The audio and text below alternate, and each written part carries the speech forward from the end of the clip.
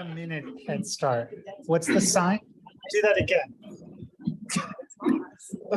Why don't you do this like in the sting? Well, I was gonna do Oh, like, bunt. yeah. Okay.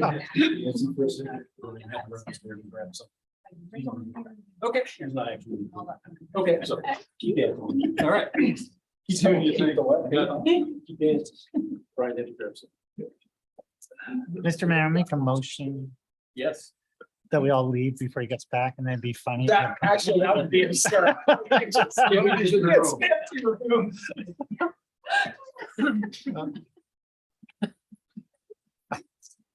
And say we adjourned already. Where were you? Yeah. Listen Yeah. to the tape. We couldn't start because you couldn't take roll call.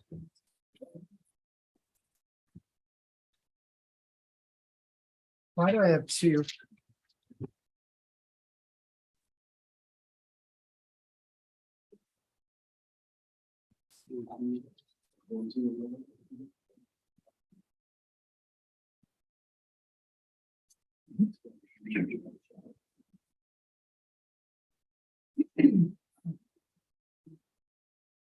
Angela Roth.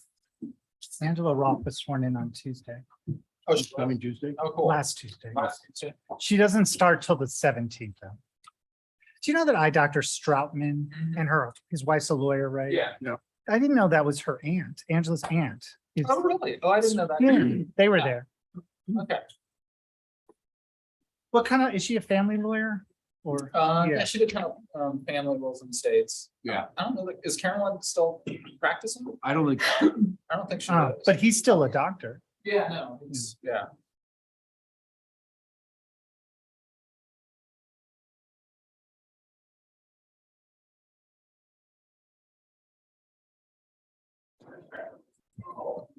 Didn't Cheney work over there for a while with Kirst?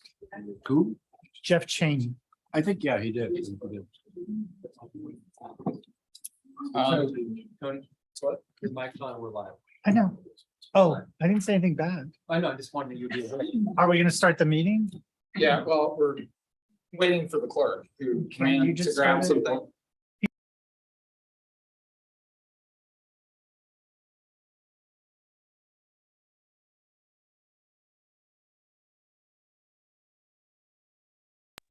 Ryan, we're all gonna leave since you weren't here. Really? He's like, all right. All right. Mayor, He said to take the. Ryan, let's all call roll. Mayor Godis. Here. Mayor Pro Tem Wellman. Counselor Hershey. Yes. I ran upstairs. I know. Counselor Kelp. Counselor Dem. Here. Counselor Stepp. Yes. And Counselor Wusso. We have a quorum. Is there any agenda changes or conflicts this evening? I would move that we, I don't know, I asked that we remove item 7E from the consent agenda and talk about that after the proclamation. Is there a second? Second. Been moved and seconded. All in favor, say aye. Aye. Any opposed? Motion carries unanimously. All right, is there any citizens appearing before council for items not on the agenda? I think this young man. Okay. Pledge of Seeing none, I'll entertain a motion for the consent agenda Could we do minus, the pledge first? we can, but it's not on the agenda. Oh, okay. We're not doing that anymore? No, I don't think so. Nobody told me. No, I think it was just a carryover from something. Yeah. Okay, Do you want to? no, I'd make a motion for the consent agenda. if you'd like. Okay. Is there a second? Second. All those in favor say aye. Aye. Any opposed? Motion with the subtraction of item E carries unanimously. All right, next is Proclamation of Arbor Day. Where's the arborist?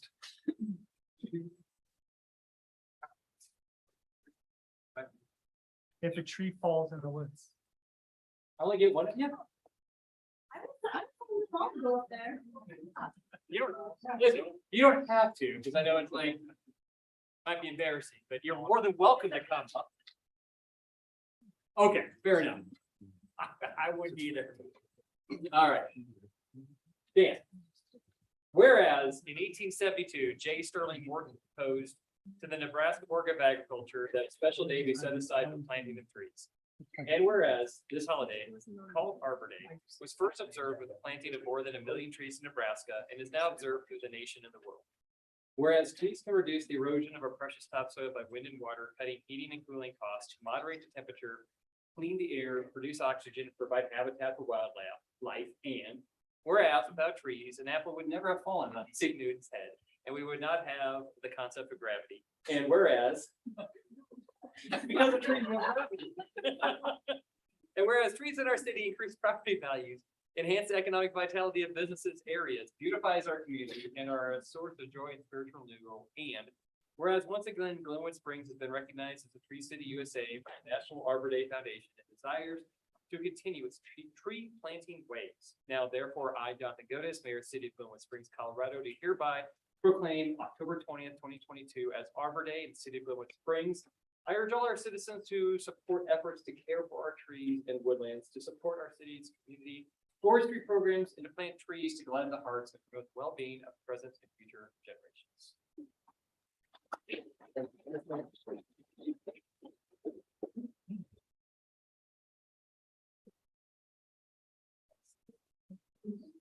Thanks for coming in tonight, guys. Do you guys want some candy to go? Uncle.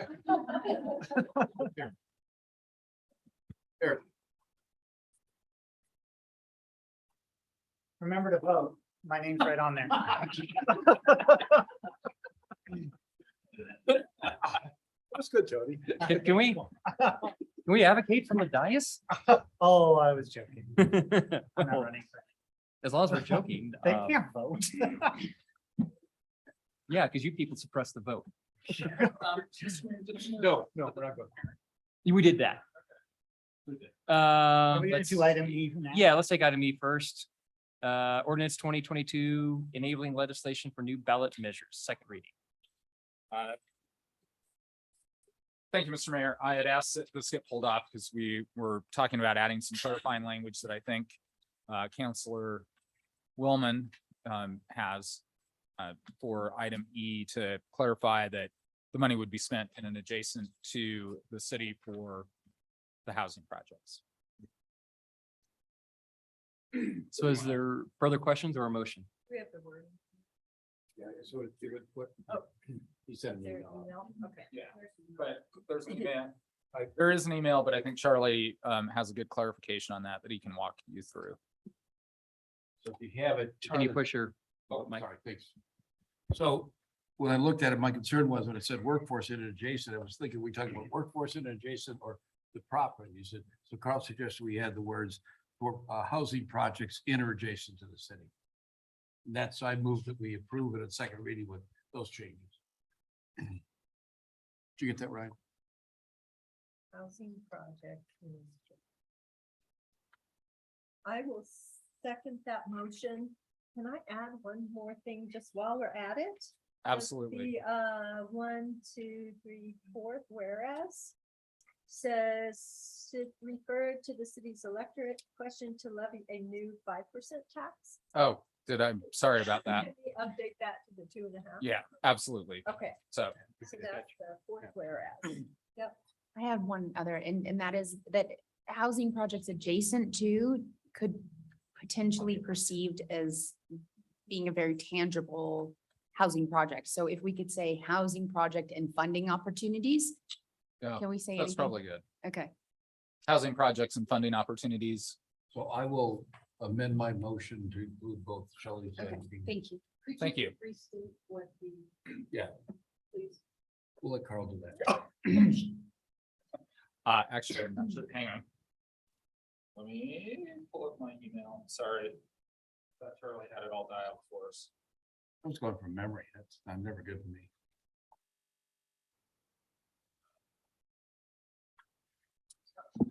Yeah, sorry, getting there. My apologies.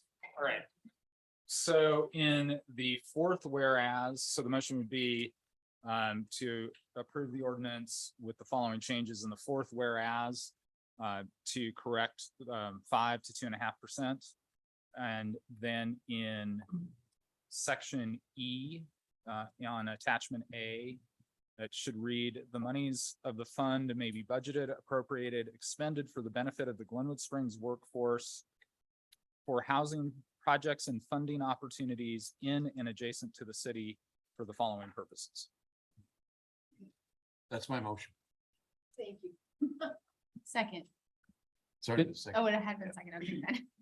So, yeah, so you- It's been moved by Charlie, seconded by Shelley. Any further discussion? I would request a roll. You know what, it's second reading, so do we need to do open? Well, you should open it up only because we've made changes. to it. Yeah, anybody from the public like to comment on that? You sure, What Shelley? you got it for? Yeah. For the next one. Okay.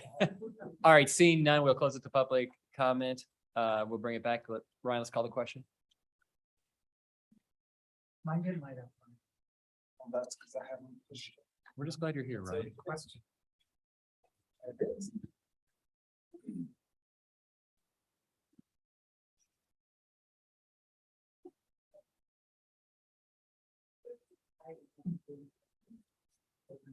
Yes. Yes, Mayor Pro Tem Willman. Yes, Council Russo. Yes, Mayor Godus. Yes, Councilor Dem. Yes, Councilor Step. Yes, Councilor Kelp. No, Councilor Hershey. It passes 6-1.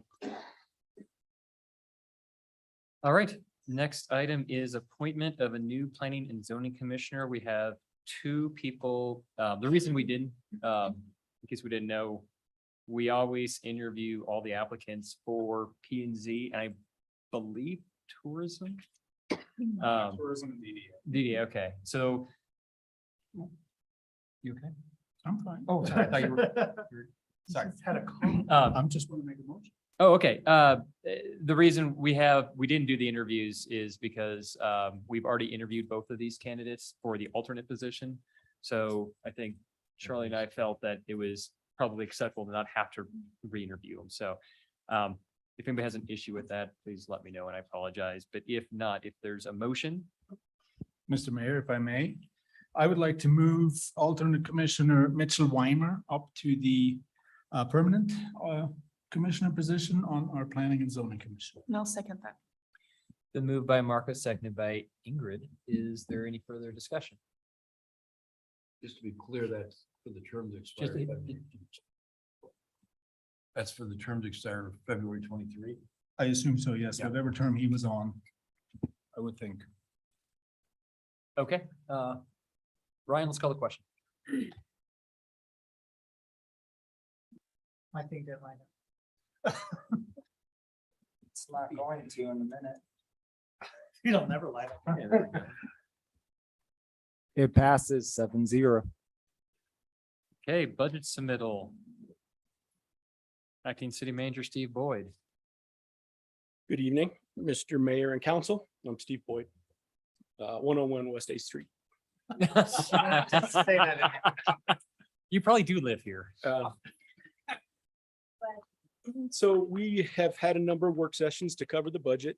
Normally, it would be a city manager up here doing this, and they're generally really good at presentations like this. Tonight, you get me. And if I can't be good, I'll at least be brief. How about that? Let me just tell you a couple things that are in the budget. We have 15 governmental funds, 5 enterprise funds, and an internal service fund that's fleet, so 21 funds total. If somebody asks you how much the total appropriation is, it's $107 million this year. Total fund balance is $84 million. That's up $4.1 million from last year. We have 200 full-time employees. This budget has 0 additional full-time employees in it. Our general fund appropriation is 25 million. The general fund has an available fund balance of 10.5 million, which is about 40% of budgeted expenditures. Our sales and use tax forecast is $25 million this year. Staff cost of living increase from 2022 is 5%. Sales tax increase assumption from 2022 estimate is 0%. And we've got street capital improvements in this year's budget at $12,500,000. So thank you guys for all your hard work. I think there's a good budget. We're submitting it tonight. I will send it out to everybody, and our obligation is to put a hard copy in the finance office here. Is there anybody who would like a hard copy of this? Okay. I'll make sure we get those. Thank you. Could I ask a quick question? Yeah, sure. Could you just say, if someone came up to you and said, what's the budget of Glenwood Springs, what would you say? 107. You would say 107? Yes, I'm sorry, I didn't really hear the question. No, if Yes, someone said, what's the total budget 107 million. with no qualifications or? anything? Okay, thank you. General fund budget is 25. Right. Our primary outlet. Right. Where will this be posted for public review? So we put it in the a hard copy in the finance office, and then we'll put Okay. the draft up on the website. Okay, As well. so it is under finance department or, Can you just read the question? Yeah, and it'll be, we advertise it in the paper, so we kind of push the notification out. okay, and that question was where will the budget be? It'll be prominent, but if you go to the finance page, you'll find it easily there. Okay, On perfect, the website? on the Okay, website. will there be something that directs people there if they don't know to go to the finance? I mean, we'll put it on the front page. So when you load the Okay. front page, the main page, there'll be a link to it. That'll be great. We'll make it Okay, easy to find. Thank you. We can also share it on our Facebook page. We could. Mr. Boyd, do you want to announce so we all, the public knows that there's a hearing on this budget? Sure. We do have a public hearing 2 weeks from this evening. I think we pulled the time forward a little bit to 5 o'clock, as I recall. So I think it's the only item on that agenda, but anybody from the public is welcome to show up and take advantage of their 3 minutes to say their piece on anything budget related. 5 o'clock. 5 o'clock. All right, it's a budget submittal, but I will open it up to our public comment. Seeing none from Carolyn. Is there anybody from online? You know what, that's. Nope, okay, seeing no, go ahead. Mr. Mayor, I would like, I said this in a work session, but I'd like to say, thank Steve and Yvette and all our staff who have worked on this budget over the last several months. Thank them for all your hard work. And I really appreciated the way it came in. Very easy to understand changes and things you were doing, and your explanations were outstanding. I want to appreciate all the time and effort you guys have put in. And I know, I know there's a lot of overtime in there too, so it's appreciated. Thank you. Yeah.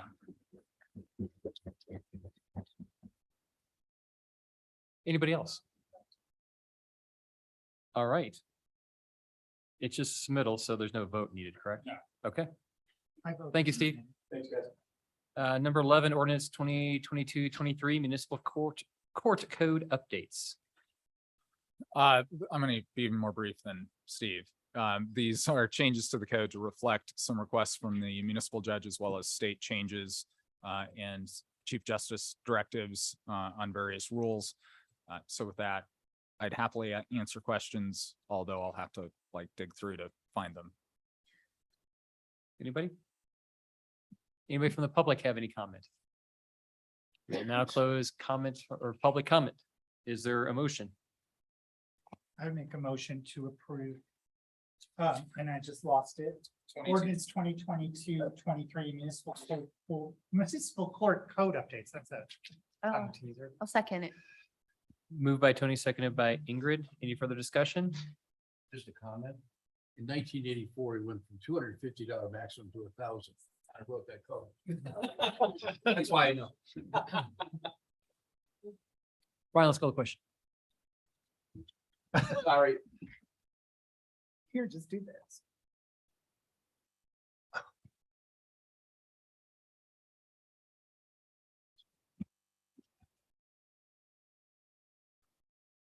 Yes, across the board. That's disappointing.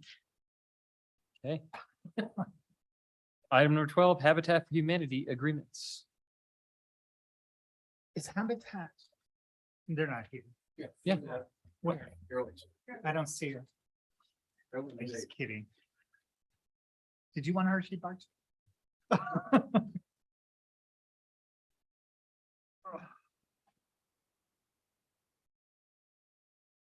Give me a moment to open some files.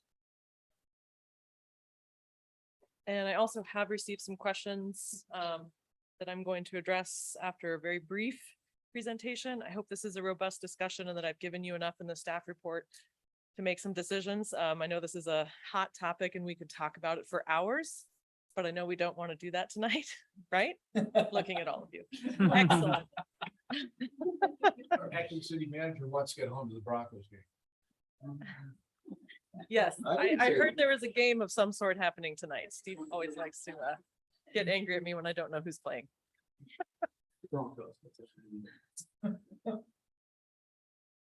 Okay, so I'll pull up some things after we have a quick discussion. I've got some images for you. This is a continuation of our discussions on the Habitat for Humanity projects, 8th and Midland, and a property referred to as Iddings that is out near the airport. We have several action items for consideration tonight. I tried to make them very specific. And the goal of tonight is to get Habitat for Humanity to a place with the agreements where they're comfortable, where you're at, and they can move forward with their design process. They do have charrettes, community charrettes planned for the month of October. You guys might have seen that pop up in invitations or online. And so most of these items are things that Habitat for Humanity needs to know, their design team needs to know as they move forward in this process so they can communicate effectively with the public and not run afoul of your guys' desires for this. So we do have some draft reports of the deed restriction agreement, memorandum of understanding, and I've outlined kind of the key points from our last discussion surrounding these issues. So I'll just read through the action items so we all have them in our mind. Action item 1, consideration of an area median income range qualification with at 80% of area median income for a 4-person household. I'm happy to go into what that means and we'll explain a little bit further. Number 2, consideration of requiring employment criteria for homeowner qualifications. So this has a couple things underneath it. Action item 3, consideration of waiving system improvement and building permit fees as outlined in the staff report in exchange for priority units for the city of Glenwood Springs employees. And that is highlighted in the memorandum of understanding.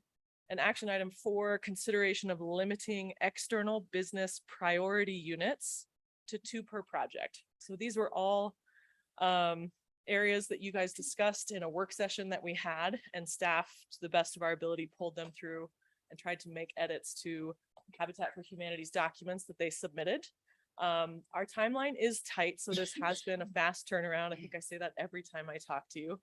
So we don't have all the answers, but what I was saying before is this is the next step to getting more answers. So with that, I think I want to address a couple questions, and I think I will pull up some maps so we know what we're talking about, and remind me how to share. Oh, lovely. That's easy.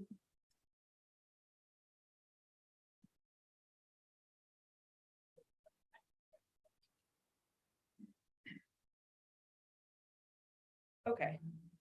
So this is the Iddings property as it's currently platted out on Airport Road.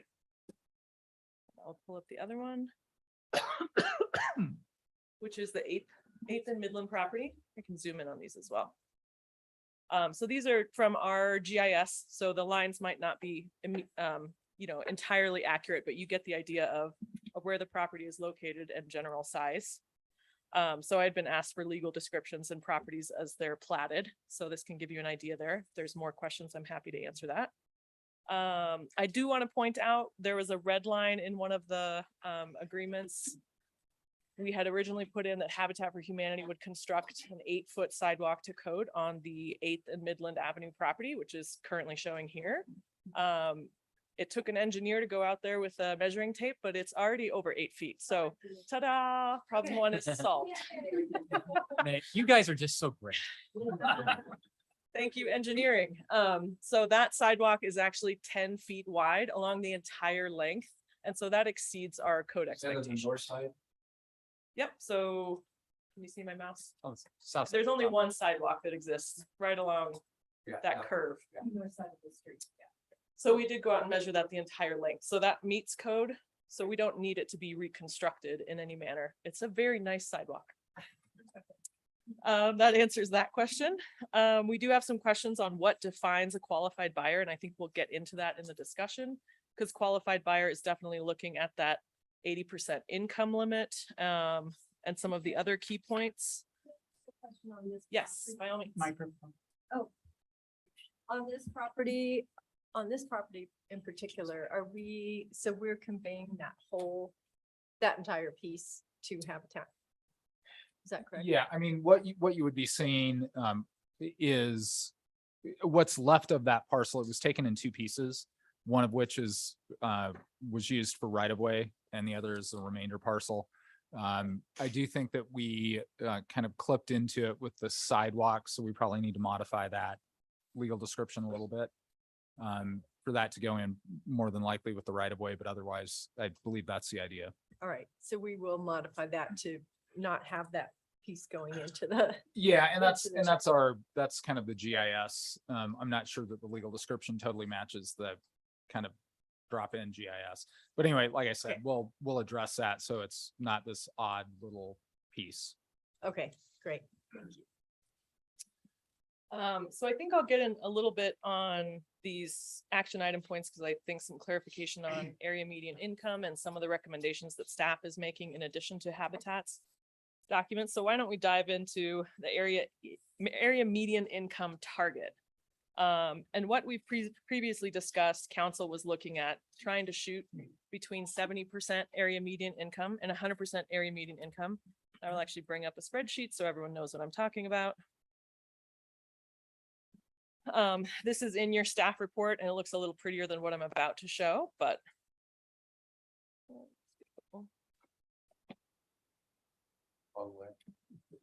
I'll make it Yeah. smaller, make you work for it. Okay, so this is area median income for 2022 as reported by CHAPA and HUD annually. We get these numbers in spring. You can see it's broken down by household size, so 1 person up to 4 person. And then also your percentage of area median income. So your straight area median income at 100% is this middle line here.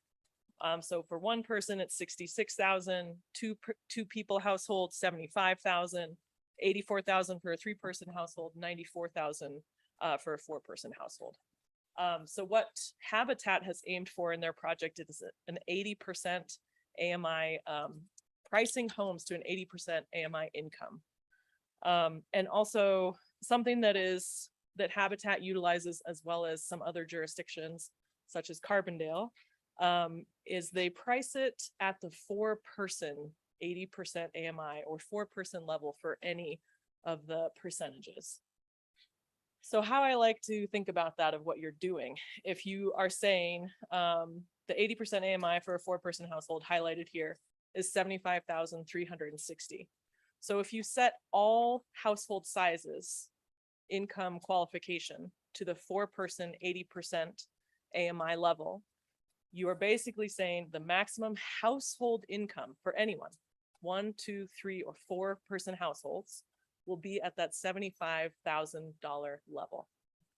There's obviously pros and cons to this because it is allowing a single person to qualify with a higher income, about the 110% AMI. That's at 72,000 is 110%. And so your 4-person household is still going to be at that 80% threshold. But really, if you look at it in terms of like, we want to benefit households that are making 75,000 and below, in that regard, it might be a little easier to understand or, you know, take away some of the possible negative feelings. And I'm happy to answer questions about this.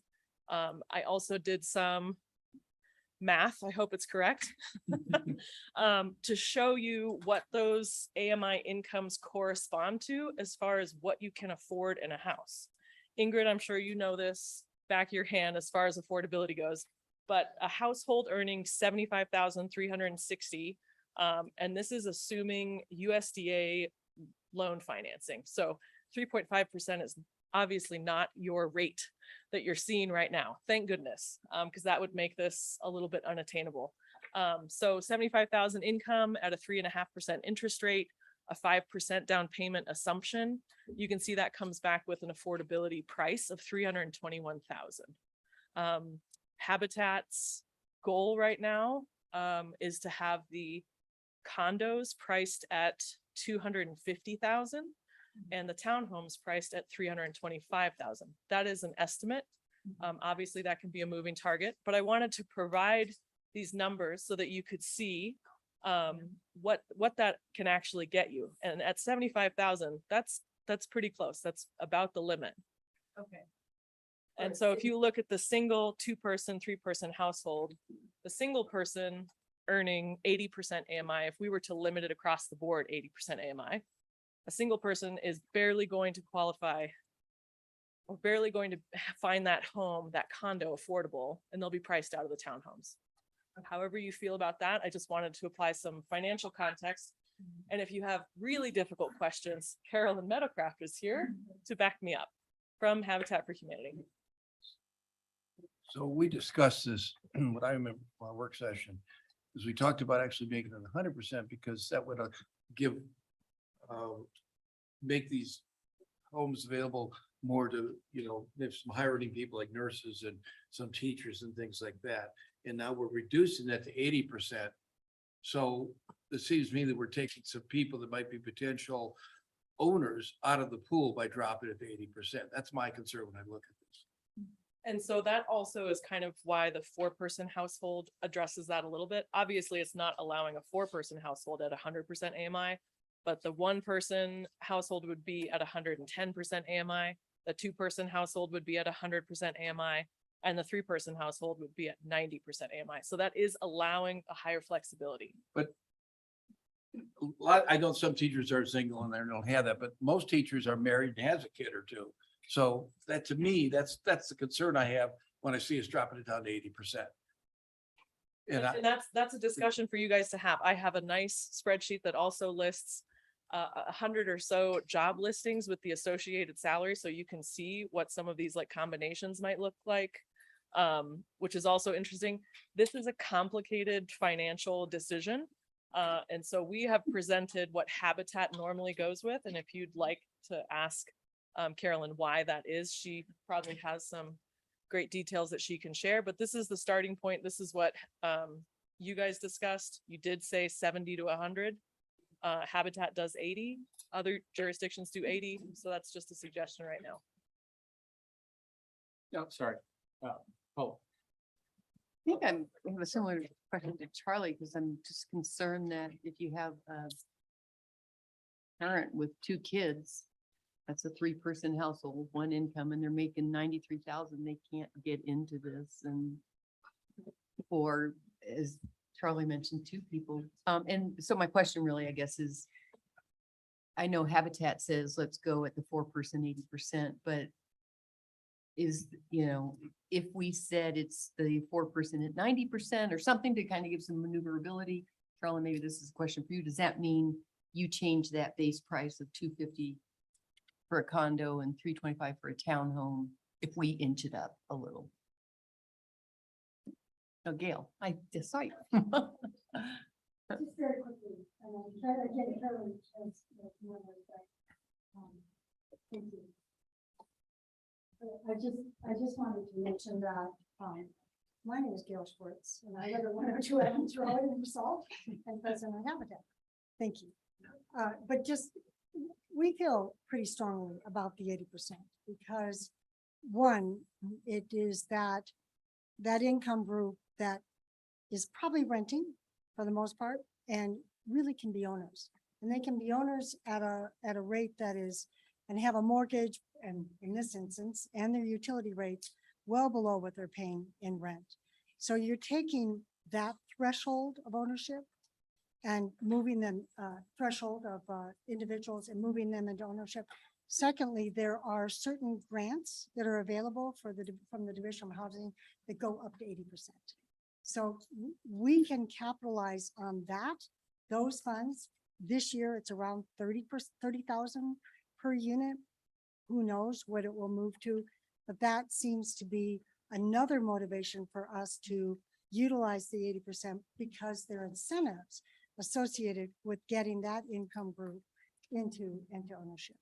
And I understand that, but we have changed from looking at affordable housing to workforce housing. And I think sometimes the barrier to the workforce housing is there's a lot of opportunity for people with lower incomes to find that kind of assistance, and I just don't want to limit access to housing at that workforce level, whether it's they work at Glenwood Springs or they're a school teacher, whatever it is. I want to make sure that we're opening that door. And, you know, when you say, yeah, there are grants, are we going back to that? Oh, now we're looking at affordable housing instead of workforce housing. That's my concern, is that we're And not covering that middle area. And thank you for bringing that up. I would ask, what are the options, the housing options for that income group? Then most likely they are in your rental market, which well exceeds, we utilize that 30% as being that threshold for that percentage of their income that will go to housing, which it should be. So what part of your workforce is in either underhoused or is paying well beyond their means for housing? And that income group is probably being stressed more than other members of the workforce that might be earning more and could be affording, most likely they're in rental, they could be affording a rental. So again, it's where do we start and who is probably most vulnerable? And not that we are looking at the subsidies being the driver, but it is an opportunity to take those households and move them into ownership. And of course, we've gone around and around. What are the benefits of ownership housing?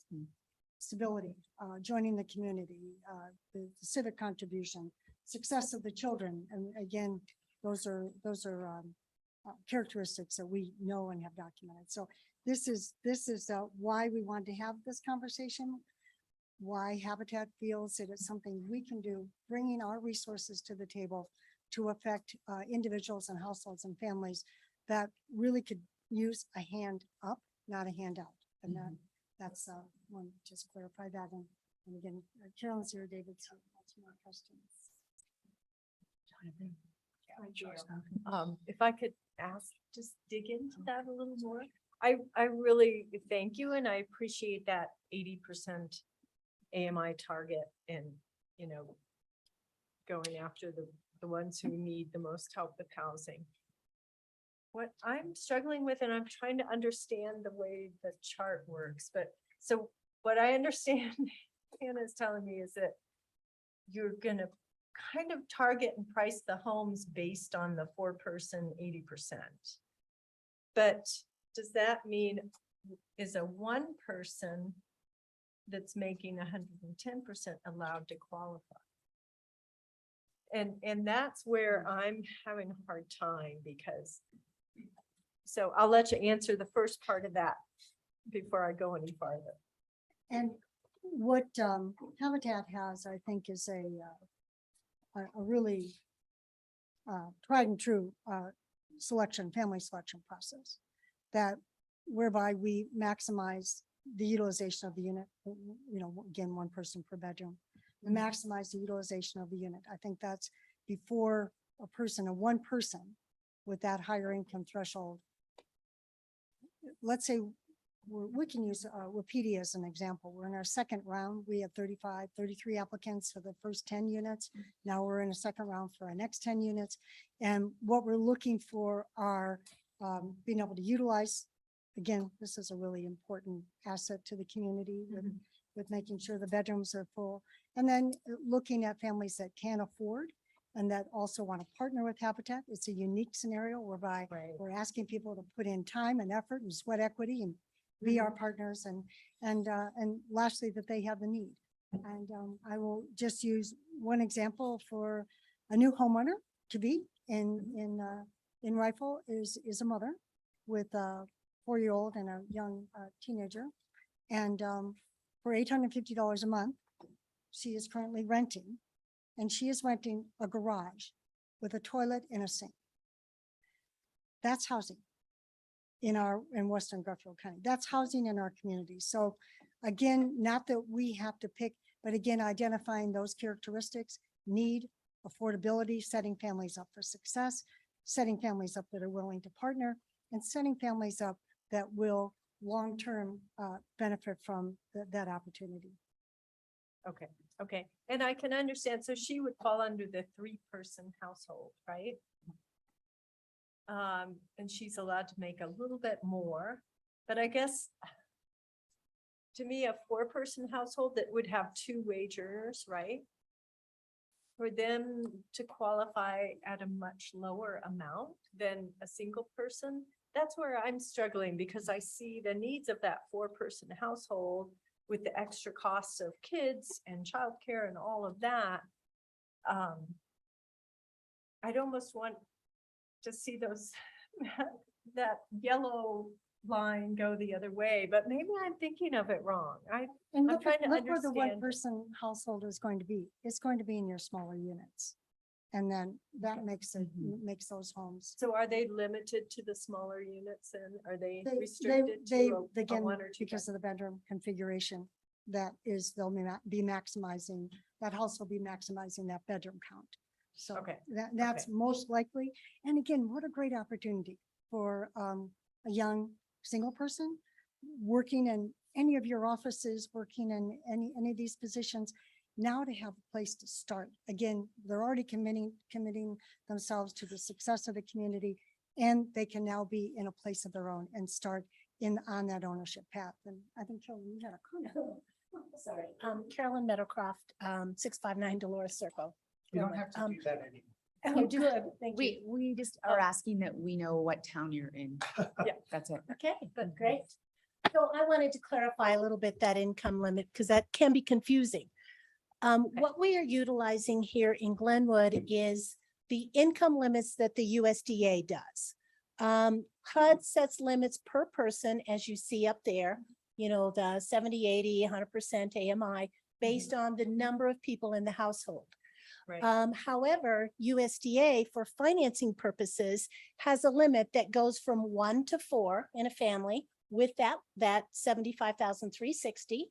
Then they have 5 to 6, and that gets up to 87,450 or something. I don't have that one memorized, but we felt that it would make the most sense to utilize USDA's income limit for Glenwood in order to open it up to a little bit more options for homeowners.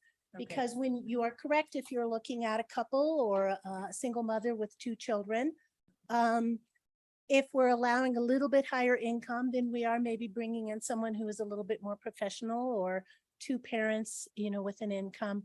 And we felt that that would help to get us a little bit closer to the workforce in situation that we're wanting to serve. Okay. So that's the reason that we are doing that. Part of the reason also is that if we are able to have incomes that would be within that USDA income limit, then we are able to help those homeowners with the best financing they will ever get, which is a direct loan that is 33 to 38 years. Great. It is no down payment, even though Hannah's nicely estimated a down payment. No down payment, no mortgage insurance. The interest rate right now is 3.5%, but we have been qualifying people a little higher, knowing that will happen. But that rate is easily 2 to 3% below the market. Great. Okay. And so we want to fit within that, because the difference with that type of financing can allow someone to afford a little bit more than they could if they were getting a standard conventional loan. Okay, and I appreciate that very much, and that expertise on that. Did I- that help I at all, guess- or? And that helps a lot, that USDA has kind of an across the board. Do you understand my concern that I don't want to be disadvantaging the family of 4 over a single person? And is that a concern? Do you see that as a? I could see where you're coming from, that you may say, well, you know, gee, I can't make as much. It costs me more to support a family of 4 than it does a family of 3. But the reality is you're kind of splitting hairs. I mean, it isn't maybe that big of a difference. We do look, as Gail was mentioning, we do with our selection committee, qualify people based on the income that they have. These are the limits. It doesn't mean they have to make that much. Right. They ideally would make less, but we don't want to get them too close to the limit for fear it might go over. But we do qualify them for a particular sales price based on 30% of their gross monthly income for their housing payment. That's kind of how we look at it. So if we do have a condominium at 250,000, it may very well be possible that someone who has a family of 3, that may be all they can qualify for because they do have a little lower income. Okay, thanks. Ingrid. My question is along the same lines, but I'm curious, those USDA numbers are actually Garfield County numbers, right? They're not specific to Glenwood Springs or Rifle. Right. With the income limits that are established by HUD and carried through by USDA and CHAP and everyone else, they set those limits countywide. Yep. And if you were in certain areas, there's like, we always have Garfield, Eagle, Picken County, those are all separate till you get into a metropolitan area. Yeah. And the reason I ask is because to the point of Counselor Willman and also Shelley Kalb's question is that we're to compare what a Rifle resident would make and what their discretionary income for housing would be versus what people are making for income in Glenwood. There is a significant difference. So there's a higher likelihood that they will be making considerably more here in Glenwood. And while I absolutely love the idea and agree with you that so many, the housing it's a very fragile and vulnerable housing opportunity for a lot of people who are at these lower income levels. I also think it's equally challenging for some households that have kids that happen to just make more. I would like to throw out an alternative, and that is that we keep 75% or some percentage at 80% and do a percentage at 100% as well, allowing some people to come in that maybe do make a little bit more and giving them an opportunity as well. It's a compromise. Yeah. Can I ask a question on that? Would that be like across the board, 1 to 4 people or Well, keep that range only in the 4-person? Because what I'm thinking of in a 4-person, if you have 2 income earners, easily, even someone waiting tables in Glenwood will be making over 50 grand a year. So you put 2 wait people or possibly, a teacher and someone working at the hospital, and they could be making close to 90 or 100, which would not allow them, but yet they can't afford to live here. And to clarify, I believe, and maybe I'm misinterpreting the data, but you guys said that you just put that 4-person 75K on pretty much everyone because it hits that 80%. Am I correct?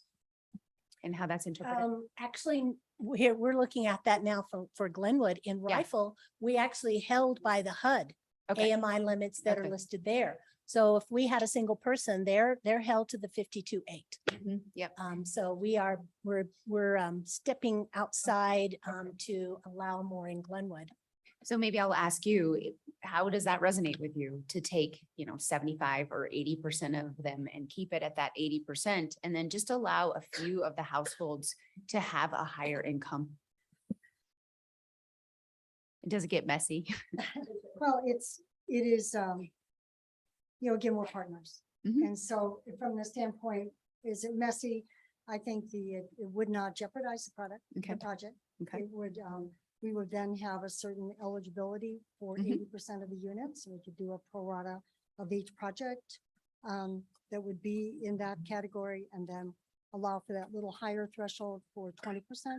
I think that's a fair approach that we would be, again, looking at the line share, really fitting within what our vision is. Absolutely. And the fact we've already accommodated for higher income in the 1, 2, and 3 person household. Which I appreciate that so much. That's Yeah. been built in. And so this is the first time we have really swung to adopting that 4-person household income level. So from our perspective, I would say it is something we wouldn't object to by any means.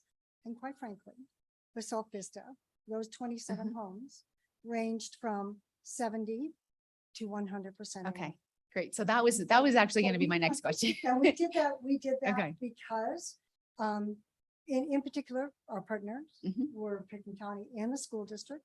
And the school district at 70% could allow for the custodial staff. and then 100% to allow for the administrative team. Great. So again, this is not outside of, but again, being that, the weight being on the 80%.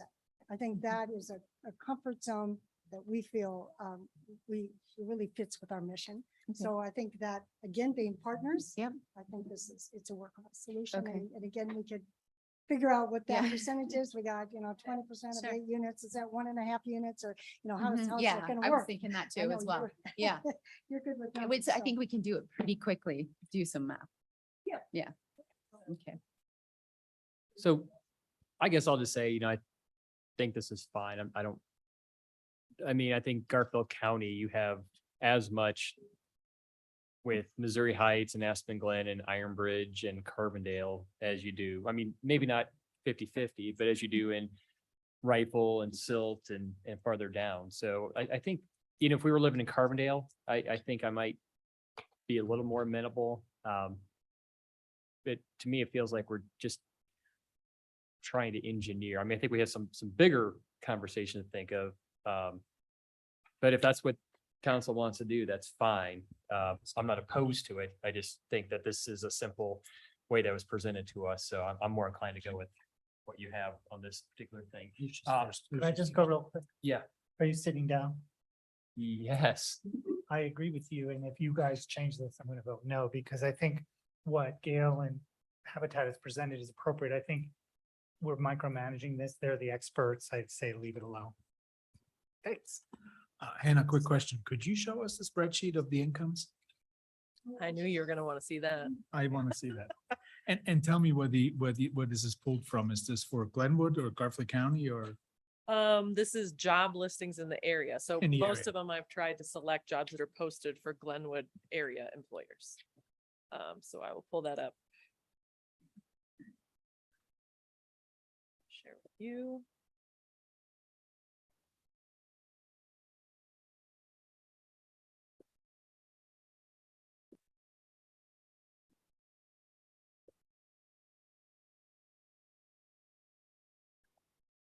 And this is obviously just a snippet. Staff throws listings on here when we get them. I have them organized from the lower income through up to 116.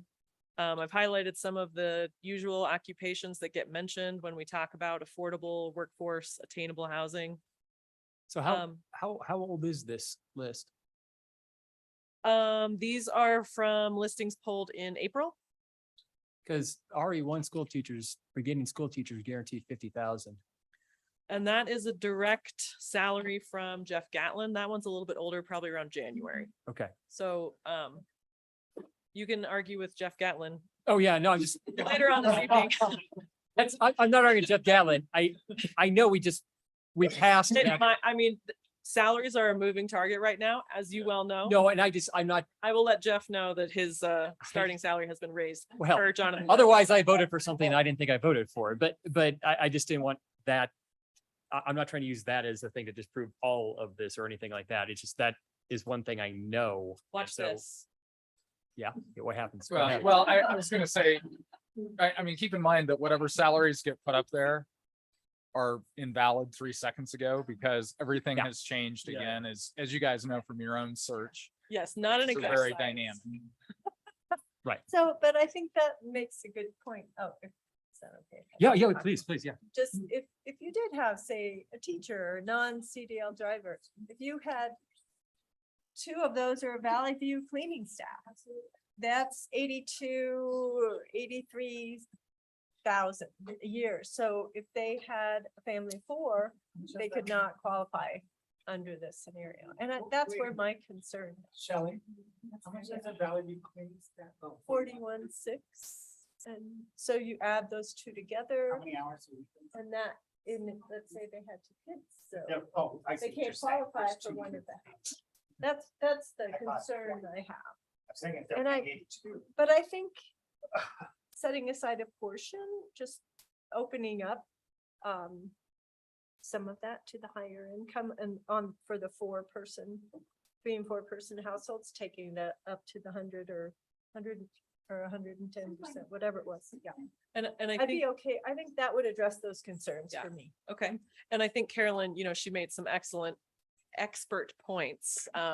Right. Talking about the financing of if you're allowing it up to 100% AMI, they might not be able to get that sweet financing of the 3.5%. And that makes I it more went down the rabbit hole of math of using today's interest rates if that was possible, and this quickly became not feasible for anyone to afford. It was a Okay. little shocking when you do that math. Right. So keep that in mind, sticking to a certain AMI obviously opens you up for more granting opportunities, which help to keep these at an affordable rate. And then also financing on the user side is something to consider as well. But Okay. as Gail explained in Wapiti, down in Rifle, they went, or that was getting my That was projects mixed up, the Salt. Salt Vista. They have that range depending on their partner's preferences. So we are a partner, we are partners. Yes. So that's this discussion now. And again, let's keep the door open for discussion because obviously we don't want to make the financing unworkable on the project, so. It's just the old cliff effect, you know?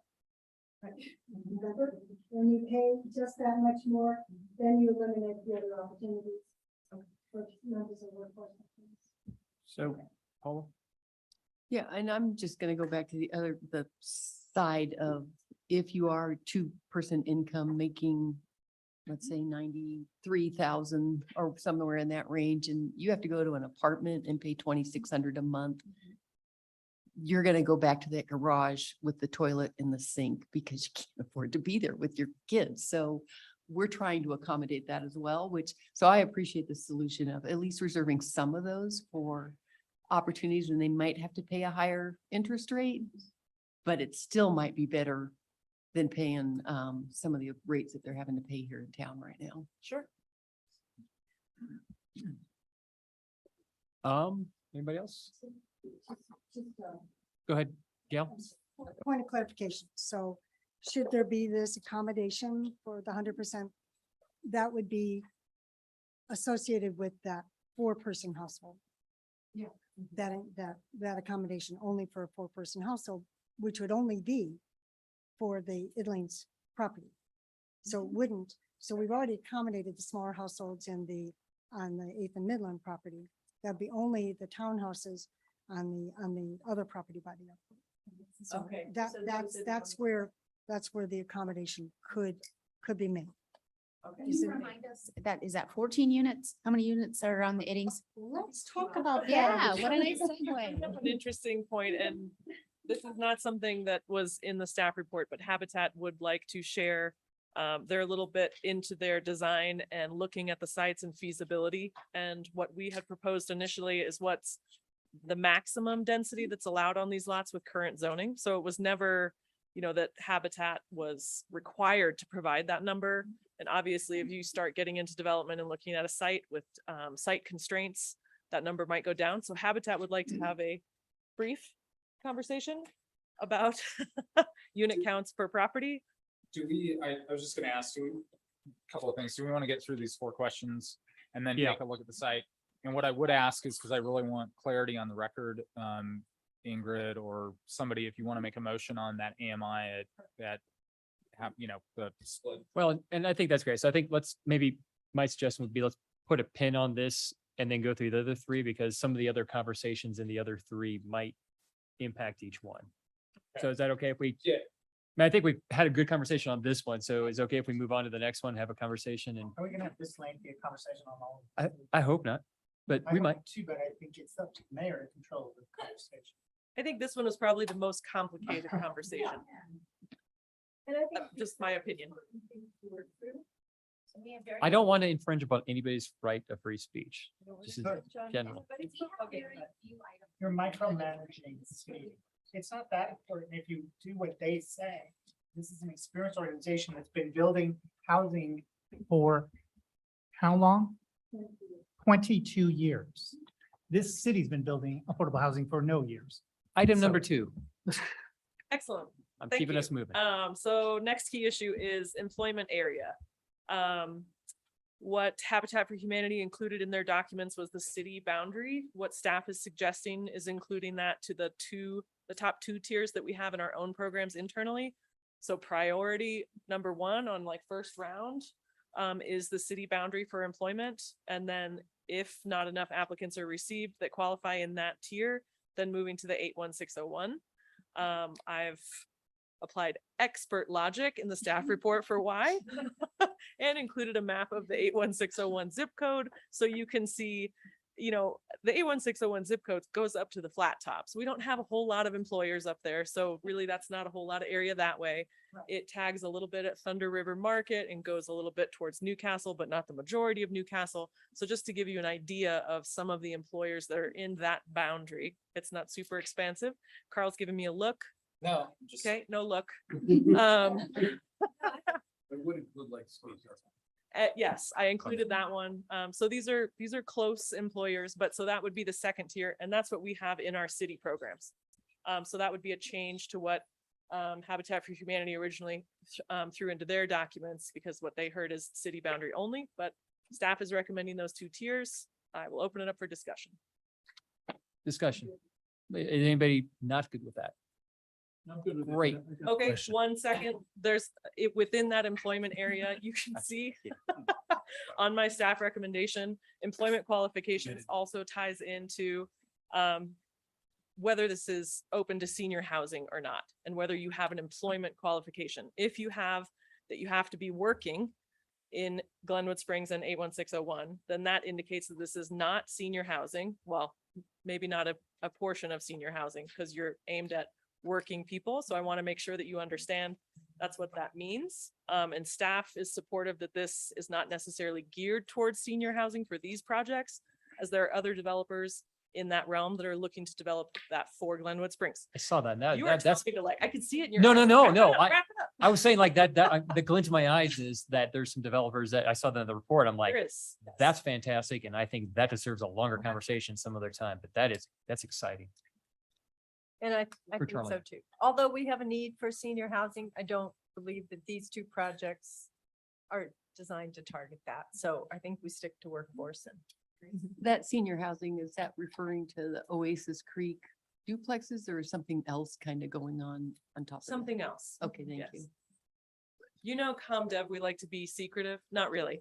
We just can't release information until like official applications come in. So there are developers that really truly focus on senior housing that are actively looking and in the process of bringing something for Glenwood Springs. So just to be clear, this is workforce housing that as long as you're working for an employer within Glenwood Springs or 81601, that you can keep this housing. Yes, you can qualify for this housing. Okay, gonna so make a that's, point of I think that's clarification. a point of clarification that I think I would have is Okay. I can't support something where we're giving away hundreds of thousands of dollars, maybe $1 million of impact fees and land for a project of taxpayer assets and money for somebody that might have a job here in Glenwood Springs, qualify initially, and then 6 months, 6 weeks, 6 years later, now they've taken a better opportunity. They've gotten themselves up here from Rifle, and then they've used this as a springboard to now work in Aspen. If we have people who are working outside of 81610 Carbondale Basalt, then we build housing for people who aren't supporting our workforce. And so to me, that's a big issue. You a question? Yeah, sure. Does it help to add a qualification of how long they've been working at a place? I mean, we have this residency requirement of 1 year in service. I mean. No, I don't care about that. That's fine. I mean, if they work for Bighorn Toyota or the city or wherever for a year, I don't have an issue with that. I have an issue if somebody moves in and then in short order, and maybe that's the thing, maybe it's short order. Maybe there needs to be like a 10-year whatever, but I don't want to build housing for people who are supporting themselves and their family and making, probably if they're working up in Aspen, and if both, say it's a couple, if we're going to get into real specifics, they're making $60,000, $70,000 a piece, they're making $150,000 living in subsidized housing that we provided. I don't care if they qualified at some point and then they make more money, that's great. But if it's gonna be workforce housing, I want it to be the workforce of Glenwood Springs, not the workforce of other communities, even. I'm at just future- wondering if we should have some time limit or go back to the the Basalt Vista kind of thing, but Basalt Vista says you're out of here if you're no longer working at the school district. And I'm afraid of the instability that's been brought up before by Habitat for Humanity, that tying them to, you get kicked out as soon as you move your job. Well, seems- no, so I think that's the distinction, is that there is employee housing, quite a bit of employee housing. Sorry, some employee housing in Glenwood Springs, but it's tied to the employer. So if you work for Valley View in whatever role and you take a job at some other organization in Glenwood, you lose your job. If you work for Iron Mountain Hot Springs, so employee housing that's tied to a specific employer is And- really tough, but for an entire community, again, if we were I like, guess I'm just asking you, how long do they have to Yeah, continue good working in question. that position? That's what I'm trying to. I would say perpetuity, not in that position, within the Or community. within that community. I would say that I housing think should be that- tied. yeah. That's just me. Yeah, I feel that's pretty limiting to Well, stability. I mean, it's fairly common depending on the geographic area. The deed restrictions that I work with in Silverthorne, over in Avon, over in Crested Butte, all of those are generally tied to working in the county, but you have to continue to work in the county.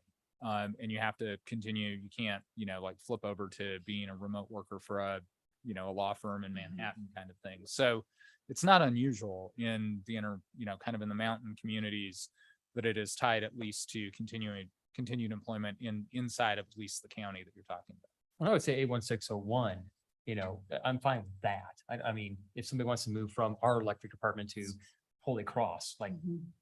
I wouldn't want to restrict that, but I just think we're gonna get, I don't know.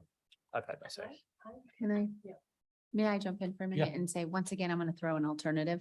And that alternative is, I think that who's gonna patrol it? Who's gonna enforce it? That becomes a challenge. I also think that the just an open-minded respect for people within our community who I have a friend who worked for the BLM and then ended up down at the SILT office and kind of has a lot of different flexibility on where she ends up working.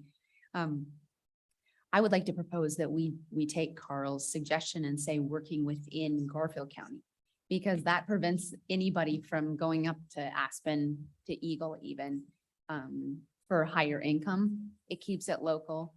And I also don't want housing instability. The goal of Habitat is to provide housing stability.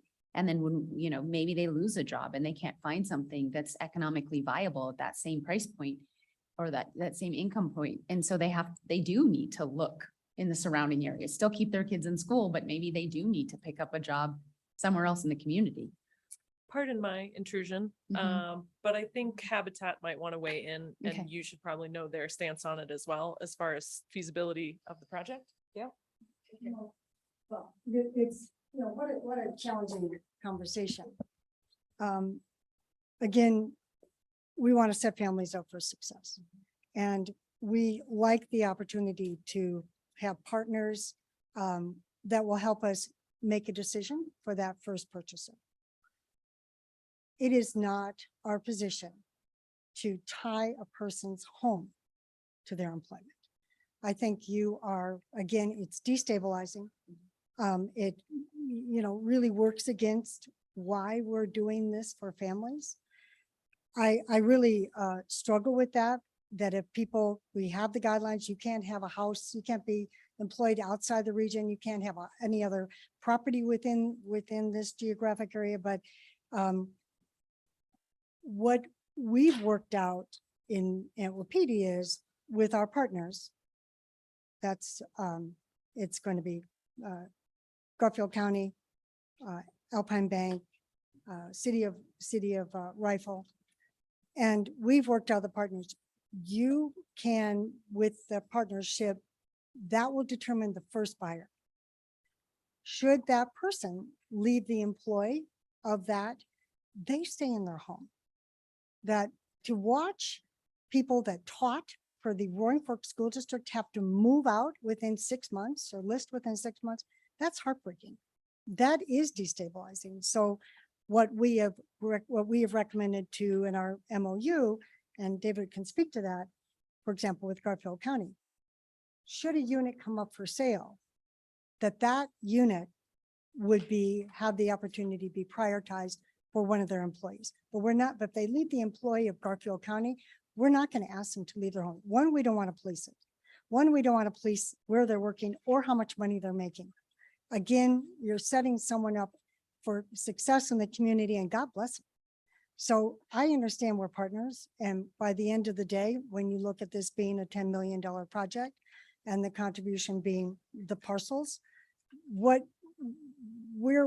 can we, I guess, respect what opportunity we're providing to the individual families and what this MOU can look like, because that's probably the most important document that we're going to be making an agreement on. So I'm sorry I so appreciate, Mr. Mayo, that you're saying this is a resource.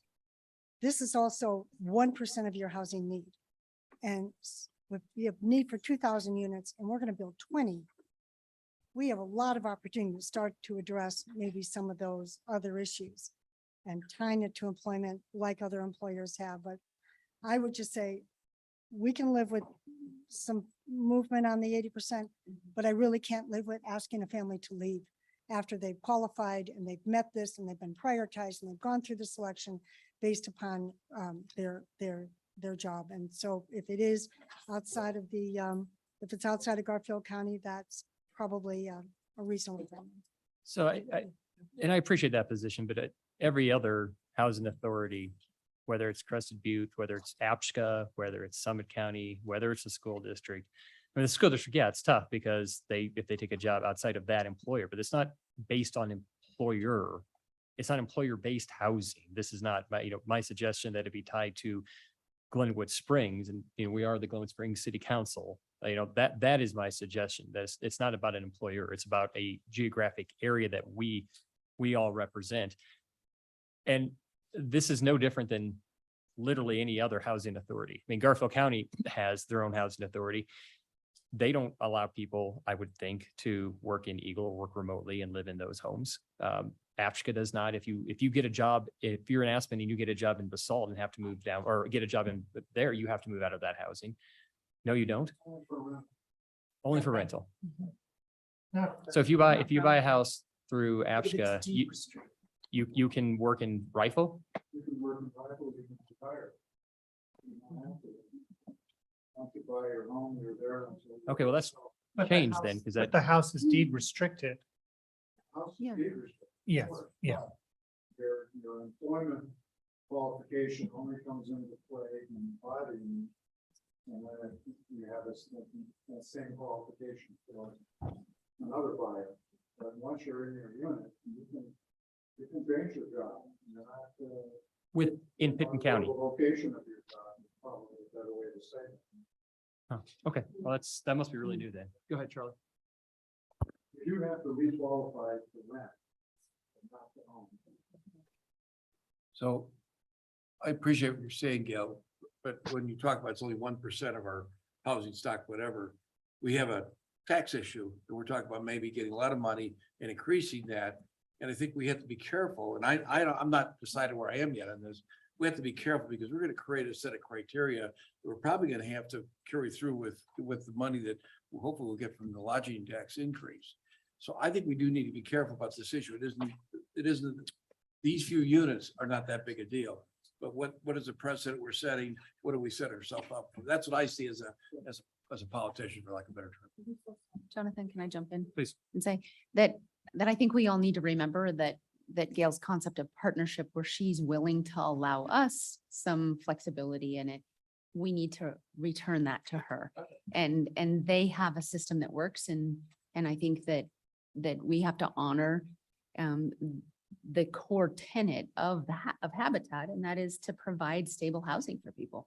And while I appreciate that if we were building these specifically for the city of Glenwood, we were managing them, we were owning them, or whatever the nuances of that would be, that could be a different discussion, and it could be a discussion that better resonates with Jonathan's position.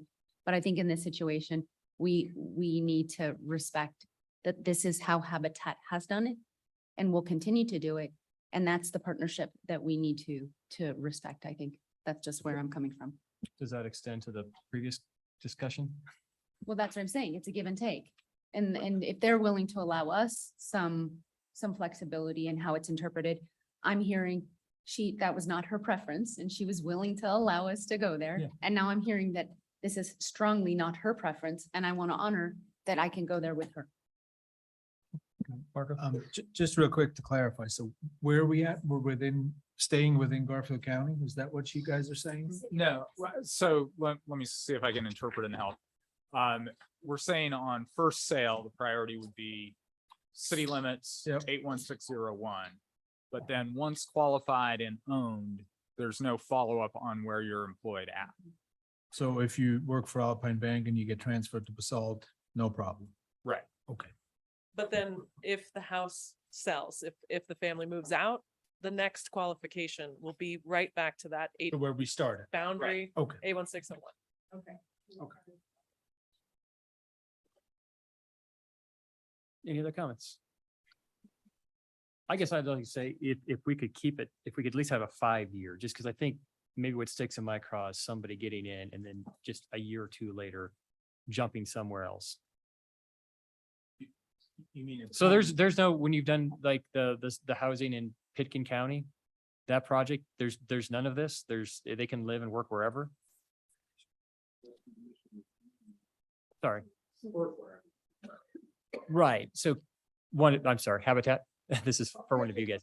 The project in Basalt, that you did, those people can work wherever they want. There's no, They bought their home. right, They had to work in Pitkin County. right. But now they can work wherever. And that's for the 14 homes and then the 13, well, the other way around, 13 homes with the county, 14 homes with Roaring Fork School District. And, you know, we all learn by doing. And I think that we saw that the homeowners, let's take those 13 homeowners in Basalt Vista that were employed in Pitkin County, at least one member of the household had to be employed in Pitkin County. The other member could be employed and any place else in the valley. But when you provide them an affordable mortgage, that's either a third or a half of what they were paying in rent and affordable utilities, these people start to make the investment in the community. Several households have started their own businesses in the town, right there in the town of Basalt. The kids are in school, they're volunteering, it is that level of engagement that we have to trust and you know, our better angels that someone's going to be committed to this community. And if you, as opposed to coming back and policing this 5 years into it and asking about employment and so forth, I would say raise your 1 year to 2 years or 3 years employed in the community. That gives For you qualification or for, qualification up front. That gives you a sense of commitment and a track record. And maybe on the front end, that can give you, yeah, this is the right person that's really, really part of the fabric of this community. That's just a thought as opposed to coming back and but currently sorry, No, no, so I so can be clear. Sorry about that. In the Basalt one member of the household has to be employed in Pitkin County as a requirement For purchase. for purchase, Purchase, but Not not. not ever afterwards. There's nothing afterwards. Okay, thank you. no, but I'm saying that look at the evolution of that family. Yeah, no, that's great. Gotcha. All right, really- go ahead, Shelley. I do. That was one of the other things on my list, and I'm not sure when to bring that up in the items we're addressing, but increasing that qualification from just 1 year seems short to me. So I don't know if 2 years works better, but I did want to have preference at least for someone who was here longer. And I think that was that was written in the Wapiti Yeah. comments. That was the first line, that it was preference was given to more longevity in the community. So Jonathan, do you think it would be appropriate for us to actually make a motion on each one of these as we're moving through it so that we can move past it? Okay, okay, great. So I'm gonna go back then on staff report and let's see. In action item 1, I'm gonna make a motion of consideration of the area meeting income range qualifications of 80% on a 4-bedroom household to apply to 75% of the Iddings property and 25% be at 100%. And then 80% of the 8th and Midland property, I'm sorry, 80% of area meeting income at the property right there. Does that make sense? Okay, thank you. I want to clarify that there is 2 distinctions. You said 85% on the 80%. Iddings? Did you mean 80? 75 and 25 on Iddings. For design bridges. Yeah. May Thank you. Step in. So, That was messy. okay, so I believe the motion is on the Iddings parcel, 75% of the units At would, 8. would be at 80% AMI as proposed by Habitat, and 25% would be at 100%. I heard 85, that's why. I Yeah. wanted to- And on the 8th and Midland property, 100% would be at 80% AMI. I'll second that. Okay. Great. Been moved by Ingrid, seconded by Paula. Further discussion? Charlie? I have a question, and Gail or Carolyn, maybe you can answer this. If you have that range, and you talk about the grants and things like that, and if we do adopt this, do the people who are 80% below and they still qualify? It doesn't disqualify them, even those other people, they be at 100%. Yes, Charlie, that's a good question. We do look at financing by individual homeowners. So as long as they fit within that USDA limit, we're fine. When we're looking at grants, we are looking at some grants through Department of Housing that might be on an individual basis. And so we might have those 25% that exceed that 80% may not be eligible for particular grants that we get. We would then have to look for other means to fund the gap for those. But the 75% would be available for those grants. They would be, yes, Okay. yes. Thank And, there are also grants that we look at for development wide that may or may not have some stipulations for income. Other is that this would also dictate some flexibility in the pricing. Because we back into the price, you take the 80% AMI, that would dictate a higher purchase price. Because that would be taking 30% of that income. For example, let's solve this stuff. The same unit had 3 different prices based upon the income of the family. But then you're securing that unit in that price range in perpetuity. So it doesn't change the next time it's sold. It's sold to someone of that income in the future. Right. Okay. So. Plus that 3% or we decide.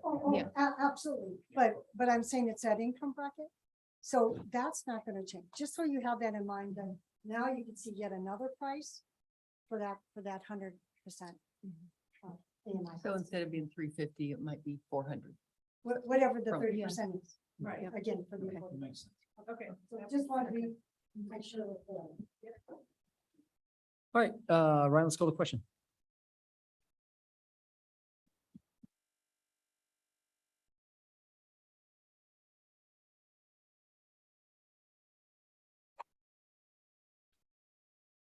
Yes, Mayor Pro Tem Wellman. Yes, Counselor Wusso. No, Mayor Godus. Yes, Counselor Dem. Yes, Counselor Stepp. Yes, Counselor Kaup.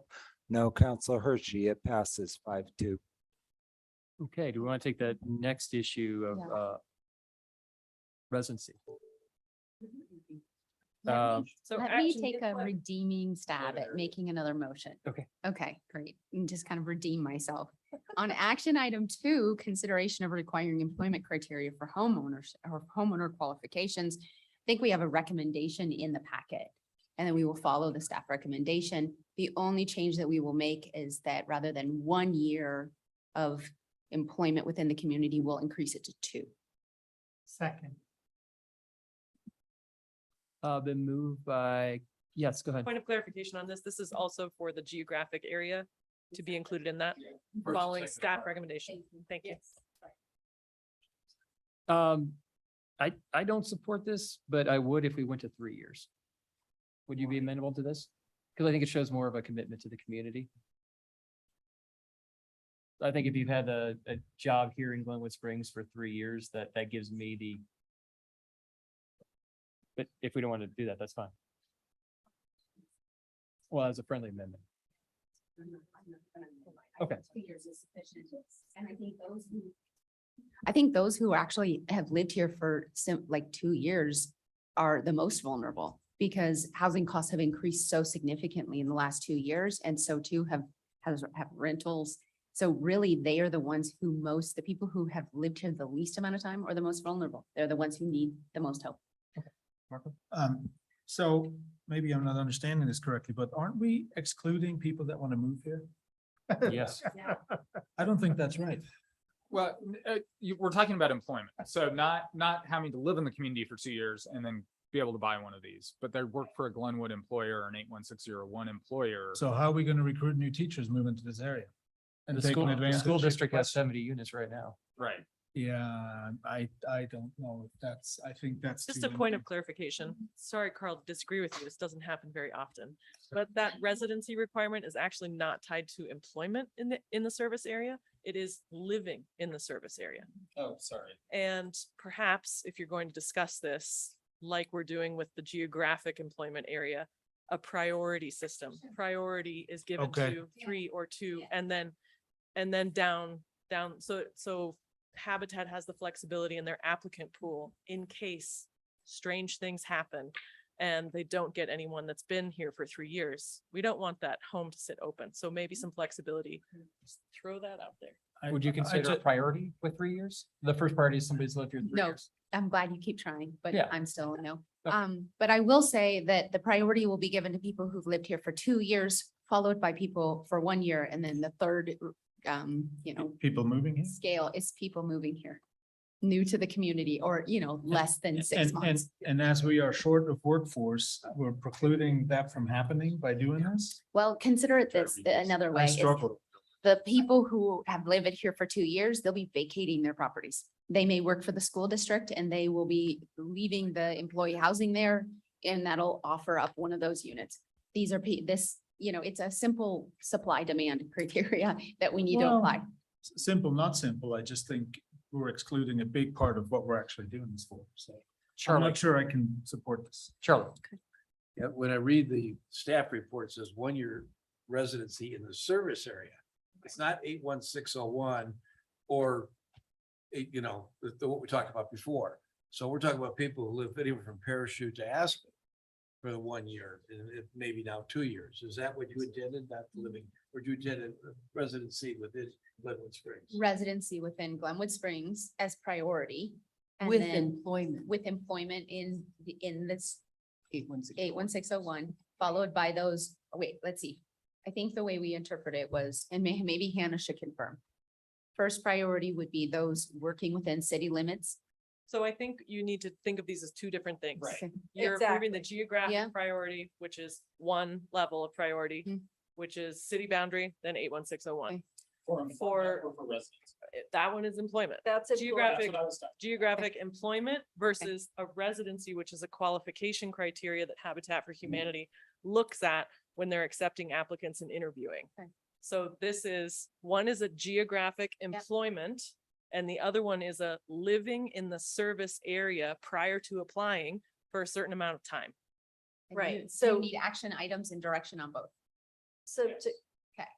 So to clarify your motion, the employment that we're talking about is an employer within Glenwood Springs, first and second tier, or outside, or to 81601. And that can even be fairly recent job. There's not a time limit on that. They could have been hired 2 months ago. But if they've lived in the region from Aspen to Parachute for 2 years, 2 years priority. then they can qualify to. Yeah, and these are Yes. gonna work in tandem. So a lot of Yes, times, exactly. your geographic employment Mhm. area is going to be people that live in the service area and have for some time. Right.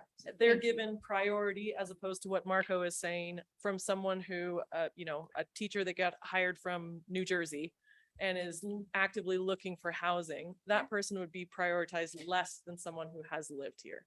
Okay. So they have the that- employment piece, but not the residency piece. And That to, works for me. and to go back in time, the point was is to get these people commuting out of the area into our community, Exactly. living. Mhm. So I understand what you're saying, Marco, but right now we're just trying to get people back into our community. Yeah, once we have 1,000 units. Mhm. Yes. We'll get there. Charlie, do you have, you already had yours? Yeah. Okay, Tony, No, I just second Ingrid's motion. just as a, for clarification, I know. maintaining eligibility for ownership of affordable housing for APSCA. There's No, not a it's- requirement to meet income, asset, and minimum occupancy for persons who have purchased and own an affordable housing unit. The household must remain qualified employees, retiree to continue to occupy the unit. APSCA has the right to request additional documentation, requalification affidavit on a biannual basis. So APSCA does, just for clarification, require if you own it, eligibility for ownership of affordable housing, that you maintain eligibility in that community. So if we're not going to, that's fine, but then I probably won't be a vote for this section. So let's take the couple questions. Let's run out the guidelines. Charlie? Could I have clarification on the exact language of the It motion? was Ingrid's motion. I know. So why? Joe? So Okay, why are you asking Charlie? well, Charlie always asks me to ask him. My, if I- my understanding of the motion, Carl, correct me if I'm wrong, or Ingrid, is that we're saying that the residence requirement based on the staff report is 2 years in the service area. Yeah. Not 1 year in the service area. The only change we're making is two versus one. Is that correct? All right. Perfect, Thanks. thank you.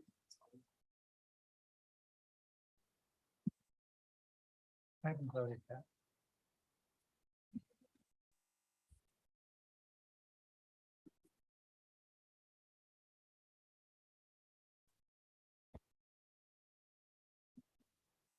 Yes, Mayor Pro Tem Willman. Yes, Counselor Wuso. No, Mayor Godus. No, Counselor Dem. Yes, Counselor Stepp. Yes, Counselor Kaup. Yes, Counselor Hershey. It passes 5-2. All right, item number 3, this is to waive system improvement fees in consideration of Glenwood Springs employees. Can I ask a clarifying question? You can ask. Yeah, it's really a question. It's a legitimate question. Action item number 4, which I know we're going to get to, but it's to limit business priority units to number 2. The business priority units number, what approximate cost would an Alpine Bank, a hospital, whatever, what cost would they have to sponsor something that's tied to their employment? So in the MOU that you see for the city, my understanding that would be very similar for other employers, that they're donating financial that equals the gap in financing per unit. So whatever that gap ends up being of like what it actually costs to build and what they have to sell it for, you know, the subsidy basically, an employer would cover that gap financing in donation or other financial in kind. Per unit, on a per unit basis? Per unit, yes. Okay. So let's just say the gap is $150,000 per unit. Right. If Alpine Bank or Valley View Hospital comes in and gives $150,000 towards this project, they would, in essence, get one priority unit where their employees are prioritized. Their employee applicants that qualify are prioritized over Okay. that unit. Thanks. So I didn't mean to jump ahead, I just No a worries. little bit to this. Go ahead, Paula and Shelley. Just one more clarification. If these employee units, Alpine Bank covers that gap, are we also as a city waiving those fees for those units, or those fees aren't waived? We're waiving fees for the Glenwood Springs housing, but we're not waiving fees for the 2 employee units. Is that correct? That is an interesting question. I think the Because we're proposal kind on of the covering table, both gaps. I think the proposal on the table as written in the staff report is waiving fees for, at least consideration, is waiving fees for all the units of this project. So the employee priority units is another employer donating more affordability to the project in their own way. But yes, waiving system improvement fees for affordable housing projects, as city council has done in the past, is for all the units that are going to meet the deed restriction parameters that have been identified. So the city is, we, the city, whatever, are paying gaps on all of the units, plus the employer's gonna pay. So additional. we are not paying necessarily the gap. What the waiver of fee on action item 3 is this is an affordable housing project. City council reviews fee waivers for affordable housing projects and decides what and how much of the fees to waive. The fees that we've put in, the estimates, they are roughly amounting to 500,000. We don't know what the gap is. So I actually don't know how much, of how many units gap that's actually going to cover. Realistically, 2.5. So you're not paying the gap for all the units. Thank you. If we That's waive the separate. fees, though, we're reducing the gap for other people. You're reducing the overall project cost so that Habitat for Humanity Which can reduces the secure gap. the most affordable price for home sales. Yeah. Sure. Good question, though. I see where you're going with that. And I think that's a good point for us to discuss, but my question is, so if an employer, it sounds like we'll have 2 of those maximum is what's proposed for both projects, right? So 1 in each or 2 in 1 or something like that. Will that employer have the right to make the employee leave if they do not No. work for that company? So to be anymore? clear, an employer priority unit where some other organization or business donates the gap funding, Mhm. they still have to meet all the other the parameters that city council and Habitat have agreed to. So Okay, because I thought I read that there would be an agreement written on the employee units and it would be negotiated kind of with that employer. but not outside of the parameters that you have set of the general income and residency. Those But that's things are, the general, but we also have that agreement we're looking at for the city units, the MOU. So, and that's where we are not having people leave proposed. The way that I read that anyway. If we have a city employee, let's say, and they leave and go to work for Holy Cross or something, I see. they don't have to move out. We wait for another unit to come up for sale and then we would get priority. That's how I read that. So would that same thing apply to these employer units? Because to me, that kind of makes the difference of this fee waiver and that relationship. And two, I just want to confirm that the gap funding is not like a second, it doesn't further indebt these people. This is just an employee or employer benefit program. Thank you. Buying it down. Yeah. Go ahead, When Mark. To respond to your question, the same rules that would apply to the city will apply to the other priority employers, exactly the same rules, and they'll sign a memorandum of understanding to that effect. And as far as funding or fee waivers, you're only going to waive fees equal to the gap on however many units you want a priority on. So if you only want one priority and the gap's 150,000, then the fee waiver is 150,000. Okay, then we'll make up the difference with the collecting the gap from the other employers. Does that make sense? I'm gonna jump in with actually, Well, I was just gonna say, I mean, the way to think about it is that for other employers, the way they're paying that gap is they're writing a check. Right. For the city, the way you would pay the gap on your particular unit is fee waivers on all of the units to make up that amount of the gap.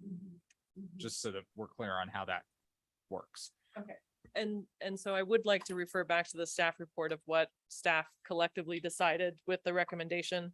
So staff recommends that the city of Glenwood Springs be afforded 1 priority unit if agreed upon with fee waivers, and that other external businesses be limited to 2 units for a total of 3 employer priority units. And that's across both projects. But we are also still recommending full fee waivers for this project as action item 3. So while we're recommending that we only take 1 priority unit, we will likely be waiving fees if not covered by other granting opportunities, as mentioned. We will likely be waiving above that gap, but only taking 1 priority unit so that And really the intent of that is to keep this as open as possible and that the city of Glenwood Springs employees has one, but not taking out so many of these as prioritized for singular businesses, including the city. Yeah, and I appreciate that wanting to be open to other people, but we're putting $500,000 into the project plus the land. And the land's got a value to it. I have trouble with not giving two priority units to city employees, so I'm not sure I agree with that one. I think it ought to be two. I appreciate the reasoning and what you're doing, but I think we were talking earlier today in our work session about how do we reward employees, and this is another way we can reward them by letting them live in the city if they qualify. Well, I think Charlie, to that point, we have snowplow drivers, we have streets employees, we have people that are essential workers in this community. And so maybe a little variation, I'd make a motion that we would have whatever we do, we have it be equal. So if we have one for the city, we limit it to one external from a private employer, or two for the city, two external. I understand the external ones are important because we need some of their funding, but if we're gonna have both, I think it's equitable if we have, and maybe not to exceed 2 units on each side, but to me, that would seem like a fair contribution, even though, like you said, 500,000 is a pretty significant, is more significant of a contribution than a private one. I think, we're all trying to make this work for everybody. Yeah, and I don't see any difference between Alpine Mink and like assuming the gap's 150, giving a check for 150 and us giving a check for 500, because that's essentially what we're doing. We're paying ourselves. It's got to come out of some fund. If we waive these fees, we got to find a place to get those fees and pay it from. So we're giving cash. It's just not. But you'd be supportive of two. I would be supportive too. So second my motion. Second my motion. I didn't hear. Oh, okay, go ahead. I didn't hear that motion being done. I second the mayor's motion. Repeat your motion. My motion was that this 2 and 2 or 1 and 1, but it's the same equal number of external is internal. Limit of 2 on either side though. Up to Yes, 2. 4 Okay. total at max, but no more than, it'd always be equal. It's a joint partnership between the city and the community on as far as restricting it to employment. And just for clarification, we're voting on action item 4. We've skipped 3. Yeah, Okay. I guess we did. Did we skip 3? Why did you skip 3? We're coming Because back. it informs 3. That's right. It does. You're right. It's very lawyer. You're right. Okay, Mr. Mayor, the Yes. reason I was having trouble with your motion, it sounds like we're giving staff the discretion to go to 1 or 2. I think it ought to be 2. And so you say it ought to be equal. okay, 2 and 2. All right. I amend my motion. All right. Is that okay for the second? Yes. Yeah, it's. I'm Okay, fine. Okay, Ryan, let's call the question.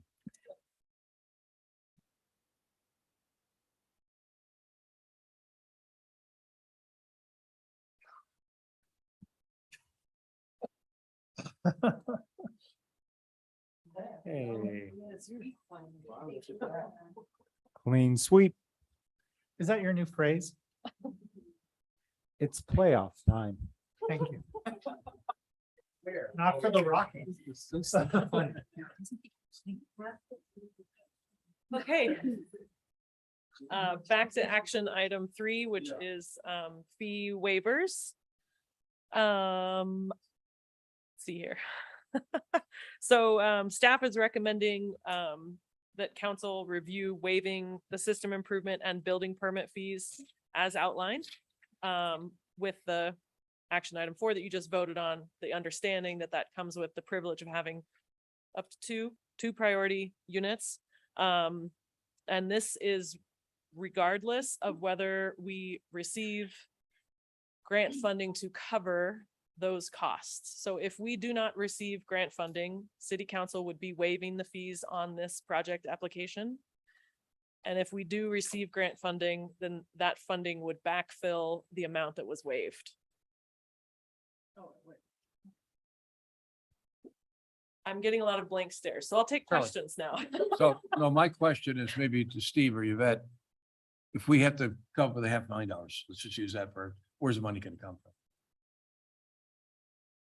I'd have to think about that a little bit. I don't know right off the top of my head. How about the front of your head? Given the money, we're just not taking. Right, it's not actually like, we're not writing a check. We just wouldn't be putting, and sorry, Steve, correct me if I'm wrong. The money that would be going into those enterprise funds would not be there. Okay, that makes sense. Any other questions? I move to adopt the staff recommendation on that. Second. So that's with no change. Correct. Ryan? Right there, it'll be fine. No, and it's still fine. Steve, did you change my staff report? I just noticed that. Did you just notice it? No, for the record, I did not write that it would cause the city manager pain in the front or back or anywhere of his head. It's a sparkling mop. No, it's a sweep of a broom. Well, let's see. You thought fucking this Yeah. would have a sense of humor. I wish we had percentages. I didn't change it. That concluded that. I think Habitat wanted to talk about the number of units it needs. Oh, that's But- right. Okay. But that.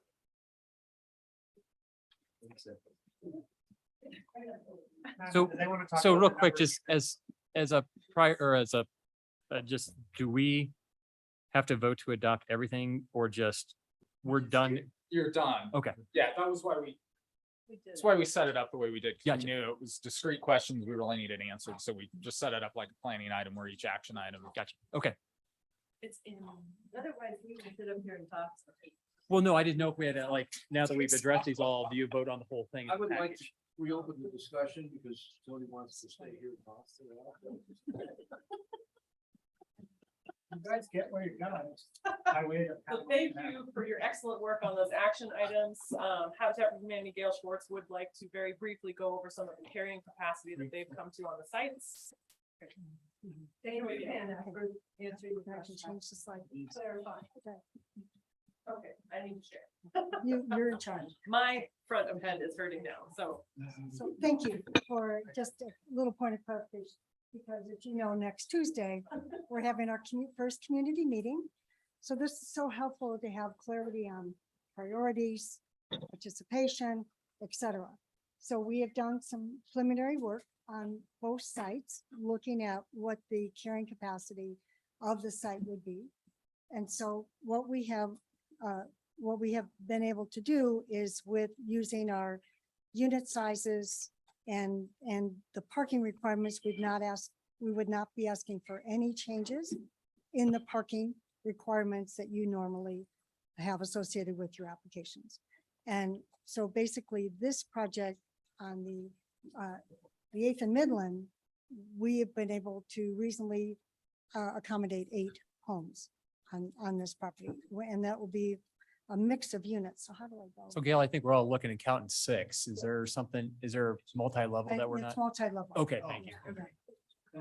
Yeah, these are condos. This is a And- condo. and This with- is a stacked building, condominium building, two basically stacked buildings. So for with the condos. We have 14 parking 12. spots. How many parking spots do we have? 14 with, Four- with, four- so we have the carports for the homes and then guest spots and no parking on the street. Okay. So really, we'd only need 12. I mean, by our code, we don't need 14. We're over parked. Oh, yes, okay. No, actually, by code for 8 units, it's 14 spaces. Even with the You're one, welcome. even with the 1.3, because it's proximity to transit? So what they're saying is they're not going to go for that administrative reduction. Uh-huh. And that is based on interactions with the neighborhood, concerns over. Yeah, parking. yeah, no, that's why. So they've designed it to our actual standard, which is 1.7. You can get to 1.3 if you ask for a 30% reduction, which they're not asking for. So that eliminate like what, 1 spot? I mean, potentially if they ask for, and where I'm going with this is, it's great, and I'm very supportive of that. Just when we talk to the neighbors, I think 4 spots. Oh, okay, that's different. But I think when we talk to the neighbors, we want to portray like, hey, we're giving 4 more spots than our code would however you want to say that, but I think that's going to be a big thorn in a lot of these neighbors, especially. Yeah, and I think that's Habitat's goal, having had some feedback with the community and knowing that that area has parking concerns.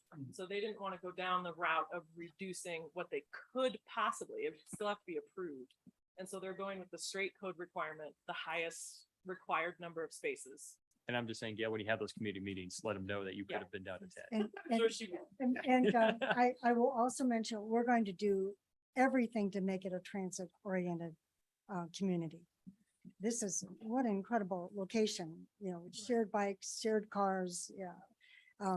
We're going to really emphasize that opportunity to keep it a transit. So, what's next? So this is just shows that we will have some 3-bedroom units and some 2-bedroom units. And then on the bottom floor, we'll have actually some small garages. So we're not finalizing these designs. That's what we're asking for input on. And then, so we'll have both, as we said, 3-bedroom and 2-bedroom units. Okay. So, and again, that's for workforce families. And then we'll go, so you can see kind of how the units will be stacked. So what this is illustrating, if you guys can't see, it's different site plan options. A couple of them before was for 6 units, for 7 units, for 8 units. So they're illustrating what's possible. And we were up concerned to. about the getting all the parking, so we were able to go to the 8 units. And then let's go, because we'll go to the different ones. Okay. This is the other site, the Iddings site.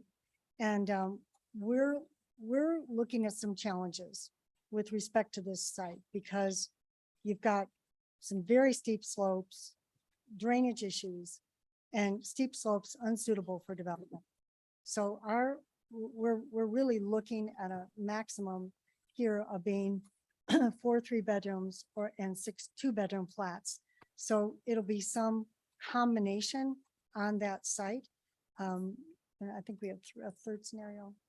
Yeah. So they'll all be 10 units on it. And then we'll have the required parking spaces associated with it. So this is the smallest one with 6 units. And so we've got our standard size homes, but the question will be what the site can accommodate. That being said, we had, initially envisioned 22 homes, but we're not going to be able to achieve that. And we didn't want to make any representations at the community meeting that we weren't going to meet the 22 homes that we had initially had hoped for because of constraints on this site. So you figure it's 20? The 2 sites, 8 max. I think 18. Look, 18 units across the 2 projects is the maximum option that they're presenting. For both parts. Gail, can you go up? So this would be that would be the smallest, and then this other, has the 10 homes. And again, we're looking for these two stories of 2-bedroom flats, and then 3 stories of 2-bedroom flats, and then 2 townhomes. So different configurations. We are a little anxious about the soils. So, and then you do have this right away, and that would be a question if on this one you can actually put a home in that right away. And then the question is, can you do parking? Can you do covered parking in the right of way? So I think to sum up what you've just seen, because we're not designing the project right now, that will come. What Habitat wanted to make you aware of is that after reviewing mostly on the Idding site parcel due to some site constraints, they are likely not going to get the original 14 unit that we discussed. But as council did discuss in some of their original conversations, I'm looking at you, Ingrid, you made the motion that you did not want it to be maxed out in capacity. So they did have that option. 14 units on Iddings was the max that they could go, but we never made anything from council that they had to do that. So this is showing what they've come up with of what it might end up being, and it might be slightly less than the max capacity that the site can hold. Go ahead, Paul. Could you address The access, is that our access that we got years ago? Is that somebody else? Whose access is that? Access on That- which parcel am I talking about? The This Eddings one? prop, yeah. Okay. Yeah, that's airport. That's, yeah, so that's Airport Road. There is an access, you can see my mouse maybe. Yeah. This exists right now. It is access to another development over here for school teachers with RE1. That's what I wanted to know. Yeah, thank you. One quick thing, I wanted to make sure you guys knew why I was stressing the larger units over the, like, the maxing of the density. Is everyone familiar with like what my rationale was? Anybody want me to review? Go ahead. Yeah, okay. I believe that it's in sync with Habitat's goal is, we're looking for housing stability, and housing stability for our youth, for families, for kids, to me, takes precedent over a lot of other things that we have going on in our community. So if we can provide home ownership opportunities for families, I think we grow the community. Those are kids who maybe when they're 16 can get a job at the community center running the Zamboni. They're the kids in our community who can work at the pool as lifeguards. So in a way, I feel like we're kind of, we may not max out density as far as housing units, but we max out density for potential employees and some in different sectors of the workforce. So that's my rationale. And this is still preliminary. I mean, they wanted to make sure that city council was aware of this so that if any of you are attending the charrettes, you weren't surprised that the number was a little different than what you have seen previously. Yeah, and I guess I would say that, I think it's important, more important on the 8th Street and Midland one to not max it out to the absolute height and parking variances administrative because it's so sensitive with Cowden Drive and everything we have going on there. I think for this property though, I think we lose opportunity when we don't do high density infill. And, this isn't an area that's so sensitive. We have townhomes across the street, we have multifamily. So,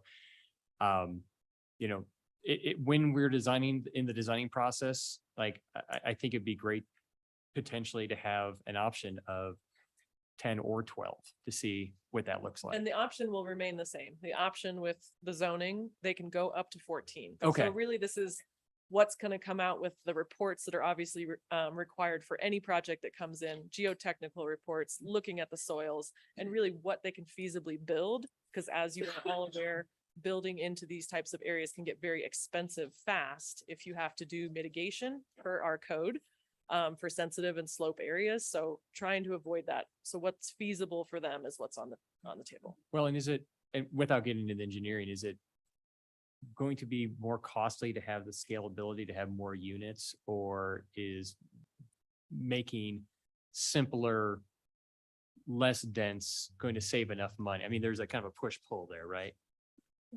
I just want to mention, Mr. Mayor, that we're working with Design Workshop. They're contributing their expertise and planning in large part to this, but that steep slope is really unsuitable. And you can see that the majority of the parcel. Now, if you wanted to let us build out that easement, whatever, but we didn't want to come in and ask for any kinds of considerations. So the developable part of the site is there's a very large easement associated with What's the along that easement? road right now. So that is discussion, I think, for another time with design. Okay. Terry Parch has a lot going on out there in that area. And so we have a lot of design and surveying going on. I need to sit down with Habitat and discuss some of those items. So I think the most important point here is that I think they will try for the density that is feasible within what they can do to make these affordable. It might not be the full 14 that staff Sure. identified as carrying capacity. Sure. Okay. Maggie, I want you guys to do whatever makes the most sense. And if a little denser makes more sense, I don't want, that to not be on the table for us. to have a Your conversation. preference that. It's not my it's preference. I'm just saying is wherever makes sense The option fiscally. to utilize it to the highest extent, I think, is going to be looked at on both partners' fronts. So, excellent.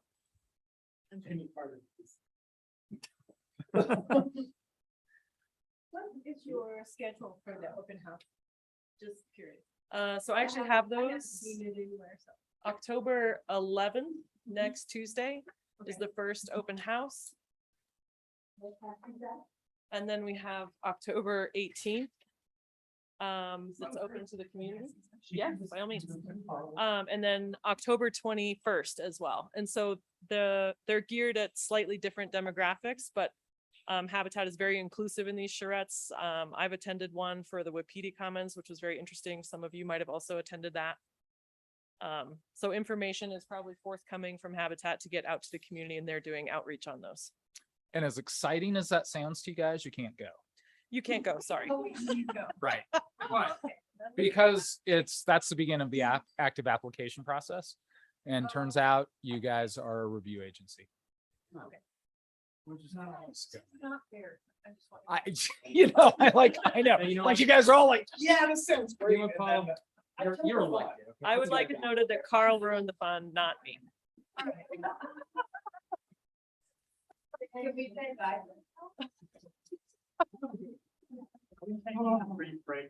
You're killing me. Thank you. Thank you so Thank you, much, guys. council and mayor. Hand that out to someone you know. Okay, yeah, we'll be back at 8:20. That's a 6-minute break. Yeah.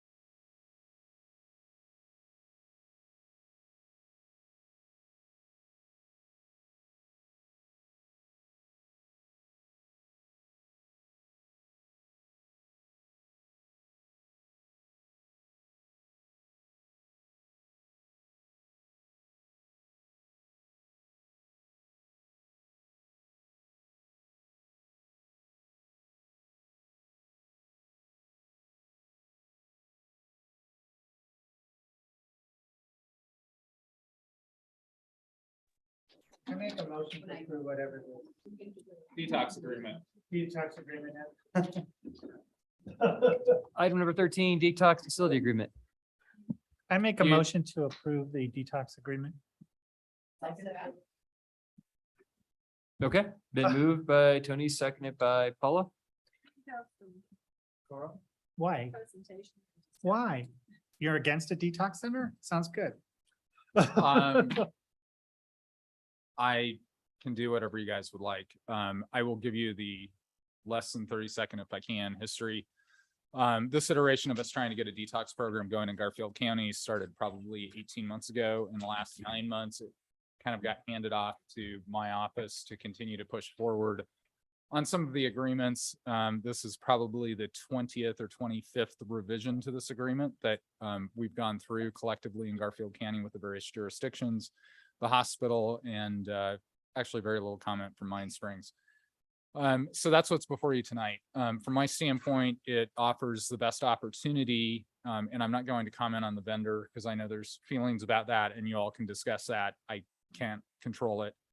But there are, off ramps for the city or any of the participants on 90 days notice, but before each annual renewal of the contract. The attachment outlines the maximum contributions by the various parties. Glenwood for a long time has said it would contribute up to $100,000, as is Garfield County, towards this undertaking. The other numbers are a lot smaller for other jurisdictions, but excuse me, Garfield County and Glenwood are the largest potential users. So with that, I'm happy to answer any questions. Right.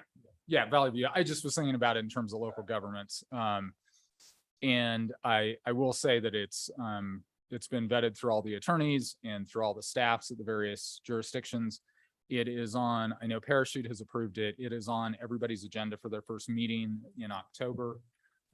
Obviously, if Glenwood doesn't participate, nobody else is. It doesn't matter if they signed on or not, because the funding's not there. So a lot of the jurisdictions are waiting to see what you guys do before they take action.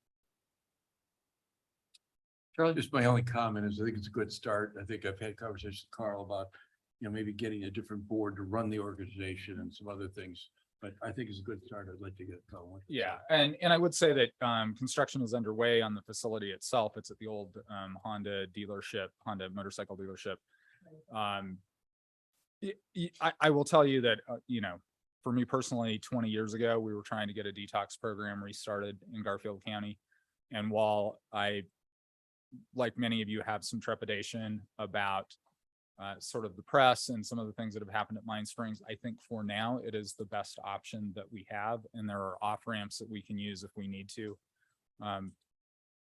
With that, it's council's prerogative on to approve or not approve the agreement. Paul? Then Ingrid. I just wanted to add that part of the agreement includes a governing board, and I've been sitting in on these meetings for the last 2 years, and if people want me to sit on that governing board, I'd be glad to do that. That'd be great. I would do that in my motion. I would include that in my motion, but who made the motion? You made the motion, I seconded it. I'll second that Okay. motion of. Okay, well, I'm just, But it's generally a good idea. Yeah. Okay. We certainly support it. Not yet. and I would add, I understand the concerns. As with all of you, I've been following what's going on with Mine Springs. But I do feel like there are some off ramps in that this has taken a long time with a lot, as I've mentioned earlier, with a lot of engagement from Parachute to Carbondale, with numerous meetings. And I think that we've opened a door to something that we've needed for a few years now. And this at least allows us to start working in that direction and actually help some people in our communities. I'd like to comment, Paul. I got to meet with Paul and Deputy Wild not too long ago about this. Paul has put a tremendous amount of time and we owe a lot of gratitude to you for doing it. Thank you. I'll just say, I think it's a detox center is fantastic. We've needed it forever. I'm super supportive. If you just Google Mine Springs Health, State agency releases audit findings on Mine Springs. State hid findings of life-threatening errors at Mine Springs. Whistleblowers say they falsified records at Mine Springs. Mental health providers failing 10 Colorado counties, pattern of life-threatening prescription errors at Mine Springs. These are all within the last 12 months, and as recently as 6 days ago, we have another article that comes out. I mean, it's kind of like if you're engaged, your girlfriend keeps cheating on you over and over and over again.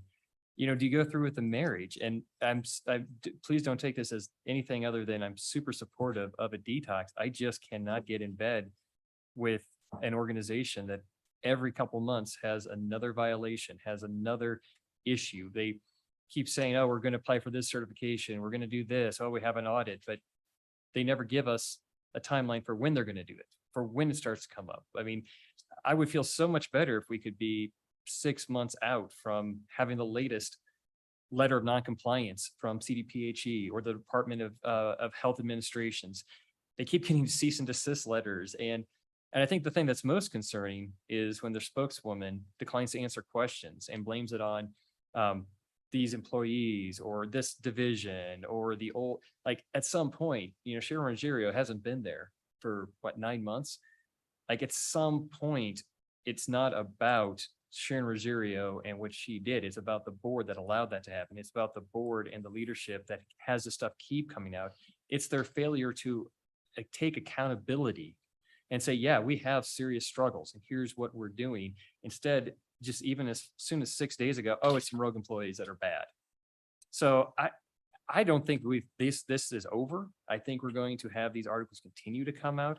I think we're going to potentially put ourselves and the citizens and the residents, the taxpaying public at peril with our relationship with this organization that keeps coming out with these things. So I love detox. I don't love this. And so I can't support it. That's my diatribe. Let's call the question, or do you need to respond? I didn't have a chance, so I'm going to respond to that. Okay. I'm going to just say that I completely agree with everything you said, which is hard because I want a detox enough, and I want the burden to our law enforcement, to our healthcare, to all of these people who are already satisfying that element within our community. I want that burden to be removed from them enough that I'm willing to give them what sounds like a 1 year window. And that, I mean, that's our worst case scenario. Our worst case scenario is 1 year and we can be like, nope, didn't work out. But it sets a precedent in the community that we do prioritize this, that we don't want our employees in these service and essential, emergency services to be overburdened, which they have been for years now. That I'm willing to, it's a bit of a gamble because I acknowledge everything you're saying, but I will be supporting this. Okay. I appreciate that. So I think, do we have audit provisions though in our contract? Is that correct? Each entity has the right to audit. And so, originally I had crafted this as being managed by Garfield County, and they were unwilling and unstaffed, I guess, to be able to, have us contract with Garfield County and Garfield County contract with the vendor, which is kind of the Pitkin County model. This model is much more like Summit County, where everybody independently agrees to use a particular service provider. So, I think that of all the things you raised, I think the ones that concern me the most are not the financial ones. They're like, quality of care issues. And so that is, it's a harder thing for us to get at because we don't have expertise in that. We can do a financial audit. We can't do a quality of care audit. And that is one place where I would look to Garfield County to help take leadership on that particular piece, because they do have a health department and access to resources that the rest of the communities in Garfield County don't. Yeah, and I think, it's tough because even if we do have an audit to do financially, they falsified records, so like, do we have any assurances or do we have any way to find out if they're going to falsify their reports to us? Yeah. And I think that's without question. And I mean, you guys know my trepidation about this because I was the one that kind of started that conversation a long time ago. this is, I think, collectively for the communities of Garfield County, a leap of faith. And while I would like to have more certainty. I've come to kind of the position that Ingrid's at, that at this point, the only way we can get those assurances is to test drive the car. So what, and I'm not trying to be difficult, but at what point do we have off ramp? I mean, we talked about off ramps, but The off ramp is you can terminate your involvement in the contract 90 days before the renewal on January 1st, 2024. Oh. So that was a big one that all the communities talked about. What was the right amount of notice to get out? And that's what the communities kind of at a staff level and attorney level came to, is that 90 days was the right off ramp on an annual basis. And, you know, honestly, you probably could walk away at any time as long as you paid for services up to the date that you walked away. It's not like anybody is really in this group going to enforce against you. Okay, and that I have questions along the similar lines, because it is a leap of faith and we need this desperately in the region. But unfortunately, there's a lot of bad news coming out, and I don't think we should ignore that. Yeah. And I appreciate the MOU and having the governance committee and all of that, but from what I see, they're only going to meet once a year or something, maybe more often. What to I start. think the idea was that at least once a year to set budgets and things like that. My gut would tell me is that they're going to be meeting monthly or quarterly at the least often, because much like I think of this in some ways a little bit like the comm board, which is mostly staff level folks that are on that board, but it's a very similar kind of collective organization. And I kind of envision that this would probably operate in a very similar manner. Okay, is there any kind of initial probationary type period of, say, 2 to 3 years, where does the vendor have special oversight, say, by the state right now, knowing that we don't have that expertise? And Well, Garfield yeah, County may have. if you remember, when the new latest CEO was in here a meeting ago, Right. There are at least 2 state investigations, and what I would think of as like consent, or you know what I'm trying to say, consent decrees that they were operating under. So that's occurring. You're right. You know, that's outside of us. Literally, you have the ability every year to step away from it if you want to. There's no guarantees to this vendor that it's going to be 3 years or 4 years or 5 years.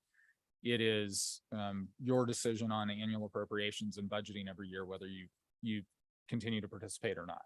And how will we know how to audit and measure and track what's going on? I mean, I think that a couple of things. I think that you're going to get direct and immediate feedback from our personnel on the ground. And I think you're going to get direct and immediate feedback from the hospitals in the county. Because they are having to do the medical certs for somebody to go in. Okay, And so there's a huge motivation for them right now to make sure that things are okay. And I think our police department will be in and out taking people there. If they see something going on, I suspect we'll hear back from them. Yeah, and that's the thing, is that Garfield County's staff and ours are going to be in and out of this facility a lot. and so I'll just say, I'll support the motion, but I have reservations about it. And so I will be looking for a lot of oversight from that governing board and all other projects involved. You know, one last thing I want to mention, and that is that the structure of detox is different than long-term care. It's also different than, because it's short moments in time. So, you know, that's where the habitual concerns and issues that have come up. I'm sorry, what was that, Counselor? I was talking to Shelley, who's yelling at me from the Okay. I think that's where the concerns are. So detox might be a different beast, and I'm going to be optimistic that it's got better oversight and will be more successful. And to add to that, this is a continuum.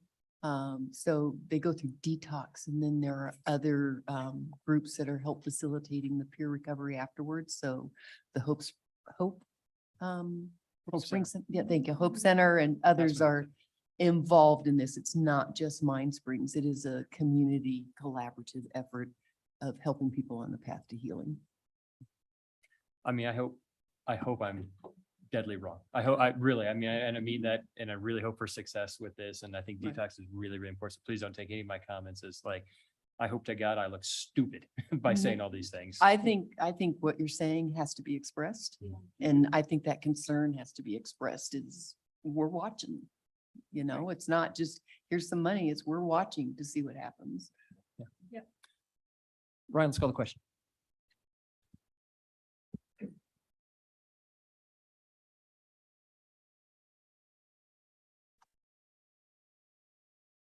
Yes, Counselor Hershey. Yes, Mayor Pro Tem Wellman. Yes, Counselor Kaup. No, Mayor Godis. Yes, Counselor Dem. Yes, Counselor Stepp. Yes, Counselor Russo. It passes 6-1. Right. Congratulations. That's good. This is good. Thank you. Council comments. I have one matter. Can you? Oh, thank you. Thank you. I get been waved at lots of times in the back. Thank you for helping me too. So I pointed out during work session earlier today that I'd received a letter from Debbie Wild, who's, as you know, is working with our unhoused group of people in the community. And she had forwarded to all of us, if they can, I had Ryan make sure everybody got it, a letter that the Department of Housing, to Allison George. And basically, if you read the bullet points that highlighted, they're trying to help 70,000 people and more than 30,000 households stay in their home. And the way to do that is to request a Colorado Division of Housing to revise its program guidelines to allow for a bridge between the state's federally funded emergency rental assistance and in a future state funded program. I think anything we can do to keep people in their homes, we ought to support. So I'm going to move that we authorize the mayor to sign this letter on behalf of the city of Glenwood Springs. Second that. All those in favor say aye. Aye. Any opposed? No. Motion carries 6-1. Anybody else? I have a comment. Yes. I just want to, I'm on the liaison for the River Commission and they've been working on various projects around the area, but one of them was doing some planting in Two Rivers Park. Trent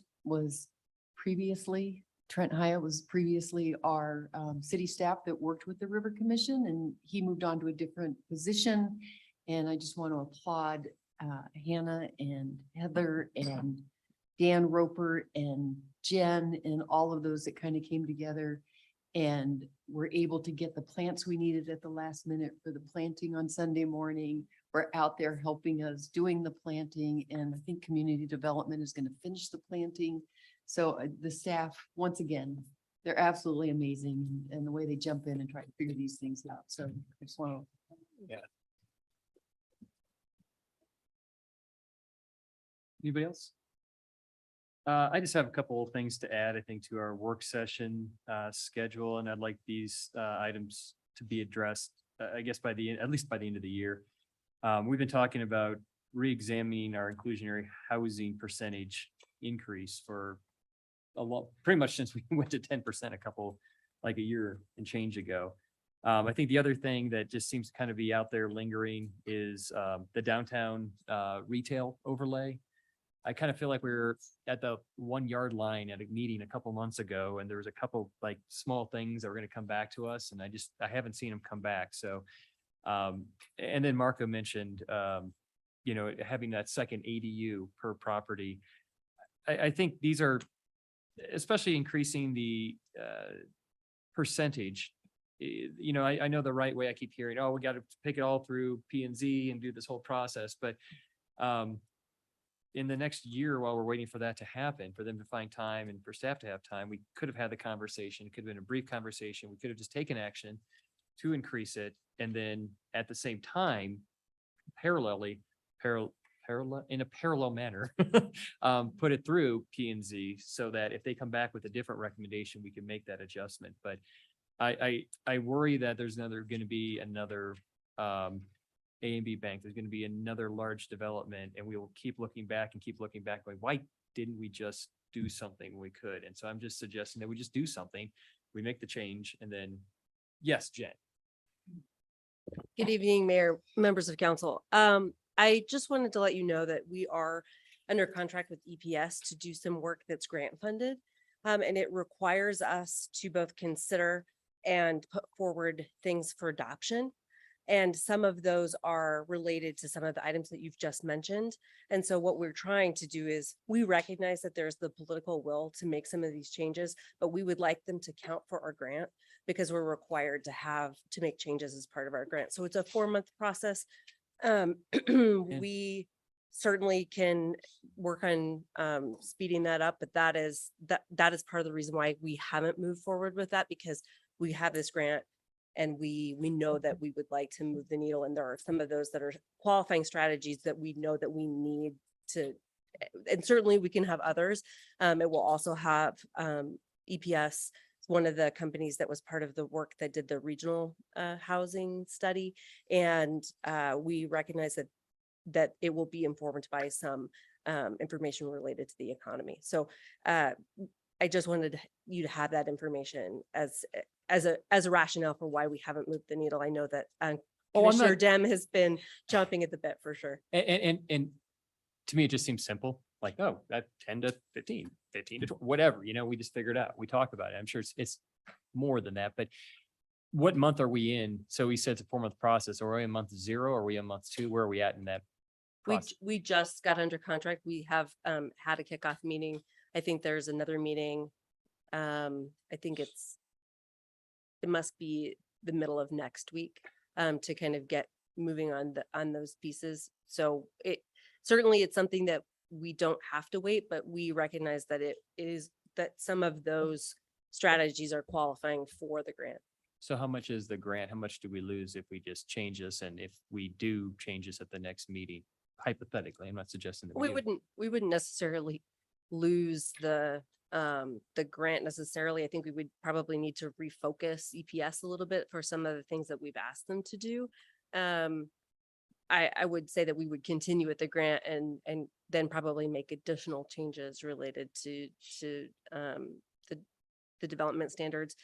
The other thing that I would mention related to the retail component is that we said that we probably wouldn't be back before you until January, just based on staff capacity and the focus on housing and so we have 2 IHOP grants, one which is, and I'm sorry, I don't know what IHOP stands for, but they're Department of Local Affairs grants. One is for this EPS effort. The other is for a very similar effort for the West Mountain Regional Housing Coalition, which is the nonprofit that we work to form. It's the exact same grant. We're the holder of that grant, and they're going to do the exact same work. So we're on the hook twice to implement strategies. The second one with the West Mountain Housing Coalition, we will also, all of the member jurisdictions will need to make changes, or at least present changes for to move the needle on affordable housing. So it's not that we're not doing other affordable housing work other than the ad hoc support of the ad hoc committee, which we had been supporting. So that is the reason why that has been delayed, because Hannah is only one woman. Right. Thanks. Any other council comments? Okay. Attorney, I think we're now. City manager, then attorney. Yeah, just a couple quick things. We put a memo in the back of your packet that has to do with the noise wall out in by Southbridge. There's been a little bit of talk apparently about maybe trying to unwind that. So Terry gave you a little bit of background on that. Nothing you need to do, but we thought you guys might want to be aware of that. Steve, just to that, I got a voicemail today from, I can't remember the woman's name, but she said that, at least in her voicemail, she said that her and her neighbors are very supportive of the noise wall. And her comment was, just for us, that she didn't think somebody who lived across the street that didn't abut the noise wall should be derailing the whole process. And that was the comment that she gave me in relation to that. So this woman who, she was a strong supporter of continuing that noise wall. Yeah, and then that's exactly why we're trying to give you that information, because you may hear, or others of you may hear something like that. Our finance team has engaged our audit firm, our sales tax audit firm, to do some kind of main street audits. Nothing's going to happen right away. We'll message this a little bit. We'll give everybody a chance to kind of come forward and say, got a little bit behind, help us work it out. But probably in the spring at some point, we'll let the newspaper know that we're going to start these, and And we'll do some of those and see how it goes, but we'll certainly take the approach of, going out and trying to help rather than trying to hammer everybody. I am leaving tonight. We'll be back Monday. So if you can't reach me, get a hold of Jen. That's it for me. Second. Acting. Assistant to. Have a good weekend. Have a fun trip. In that regard, I'm gonna ask that Steve be excused from the exec session that's coming up, so you can get on the road. Thank you. Oh, how long is that? Go ahead. As long as you guys make it, When will you leave? then that would, Okay. I mean, yeah, whatever works for you. I'll make it right. Go ahead, Charlie. Mr. Mayor, I move we go into executive session pursuant to CRS 24-6-402, paren 4, paren B, conference with our attorney for the city of Glenwood Springs for purpose of receiving legal advice on specific legal questions, more specifically, can and will serve letter for the Road Port Transit Authority, RAFTA, and also including the Power Pathway project that can serve letters. Is there a second? Second. Been moved by Charlie, seconded by Marco. We have an executive session pursuant to CRS 24-6-402B, conferences with an attorney for the local public body for the purpose of receiving legal advice on specific legal questions. More specifically, can and will serve letter for the woman. We already had that, sorry. Second motion. All in favor, say aye. Aye. Any opposed? My motion included, we will adjourn at the conclusion of the executive session. Okay. Been moved second. Somebody can lock the doors.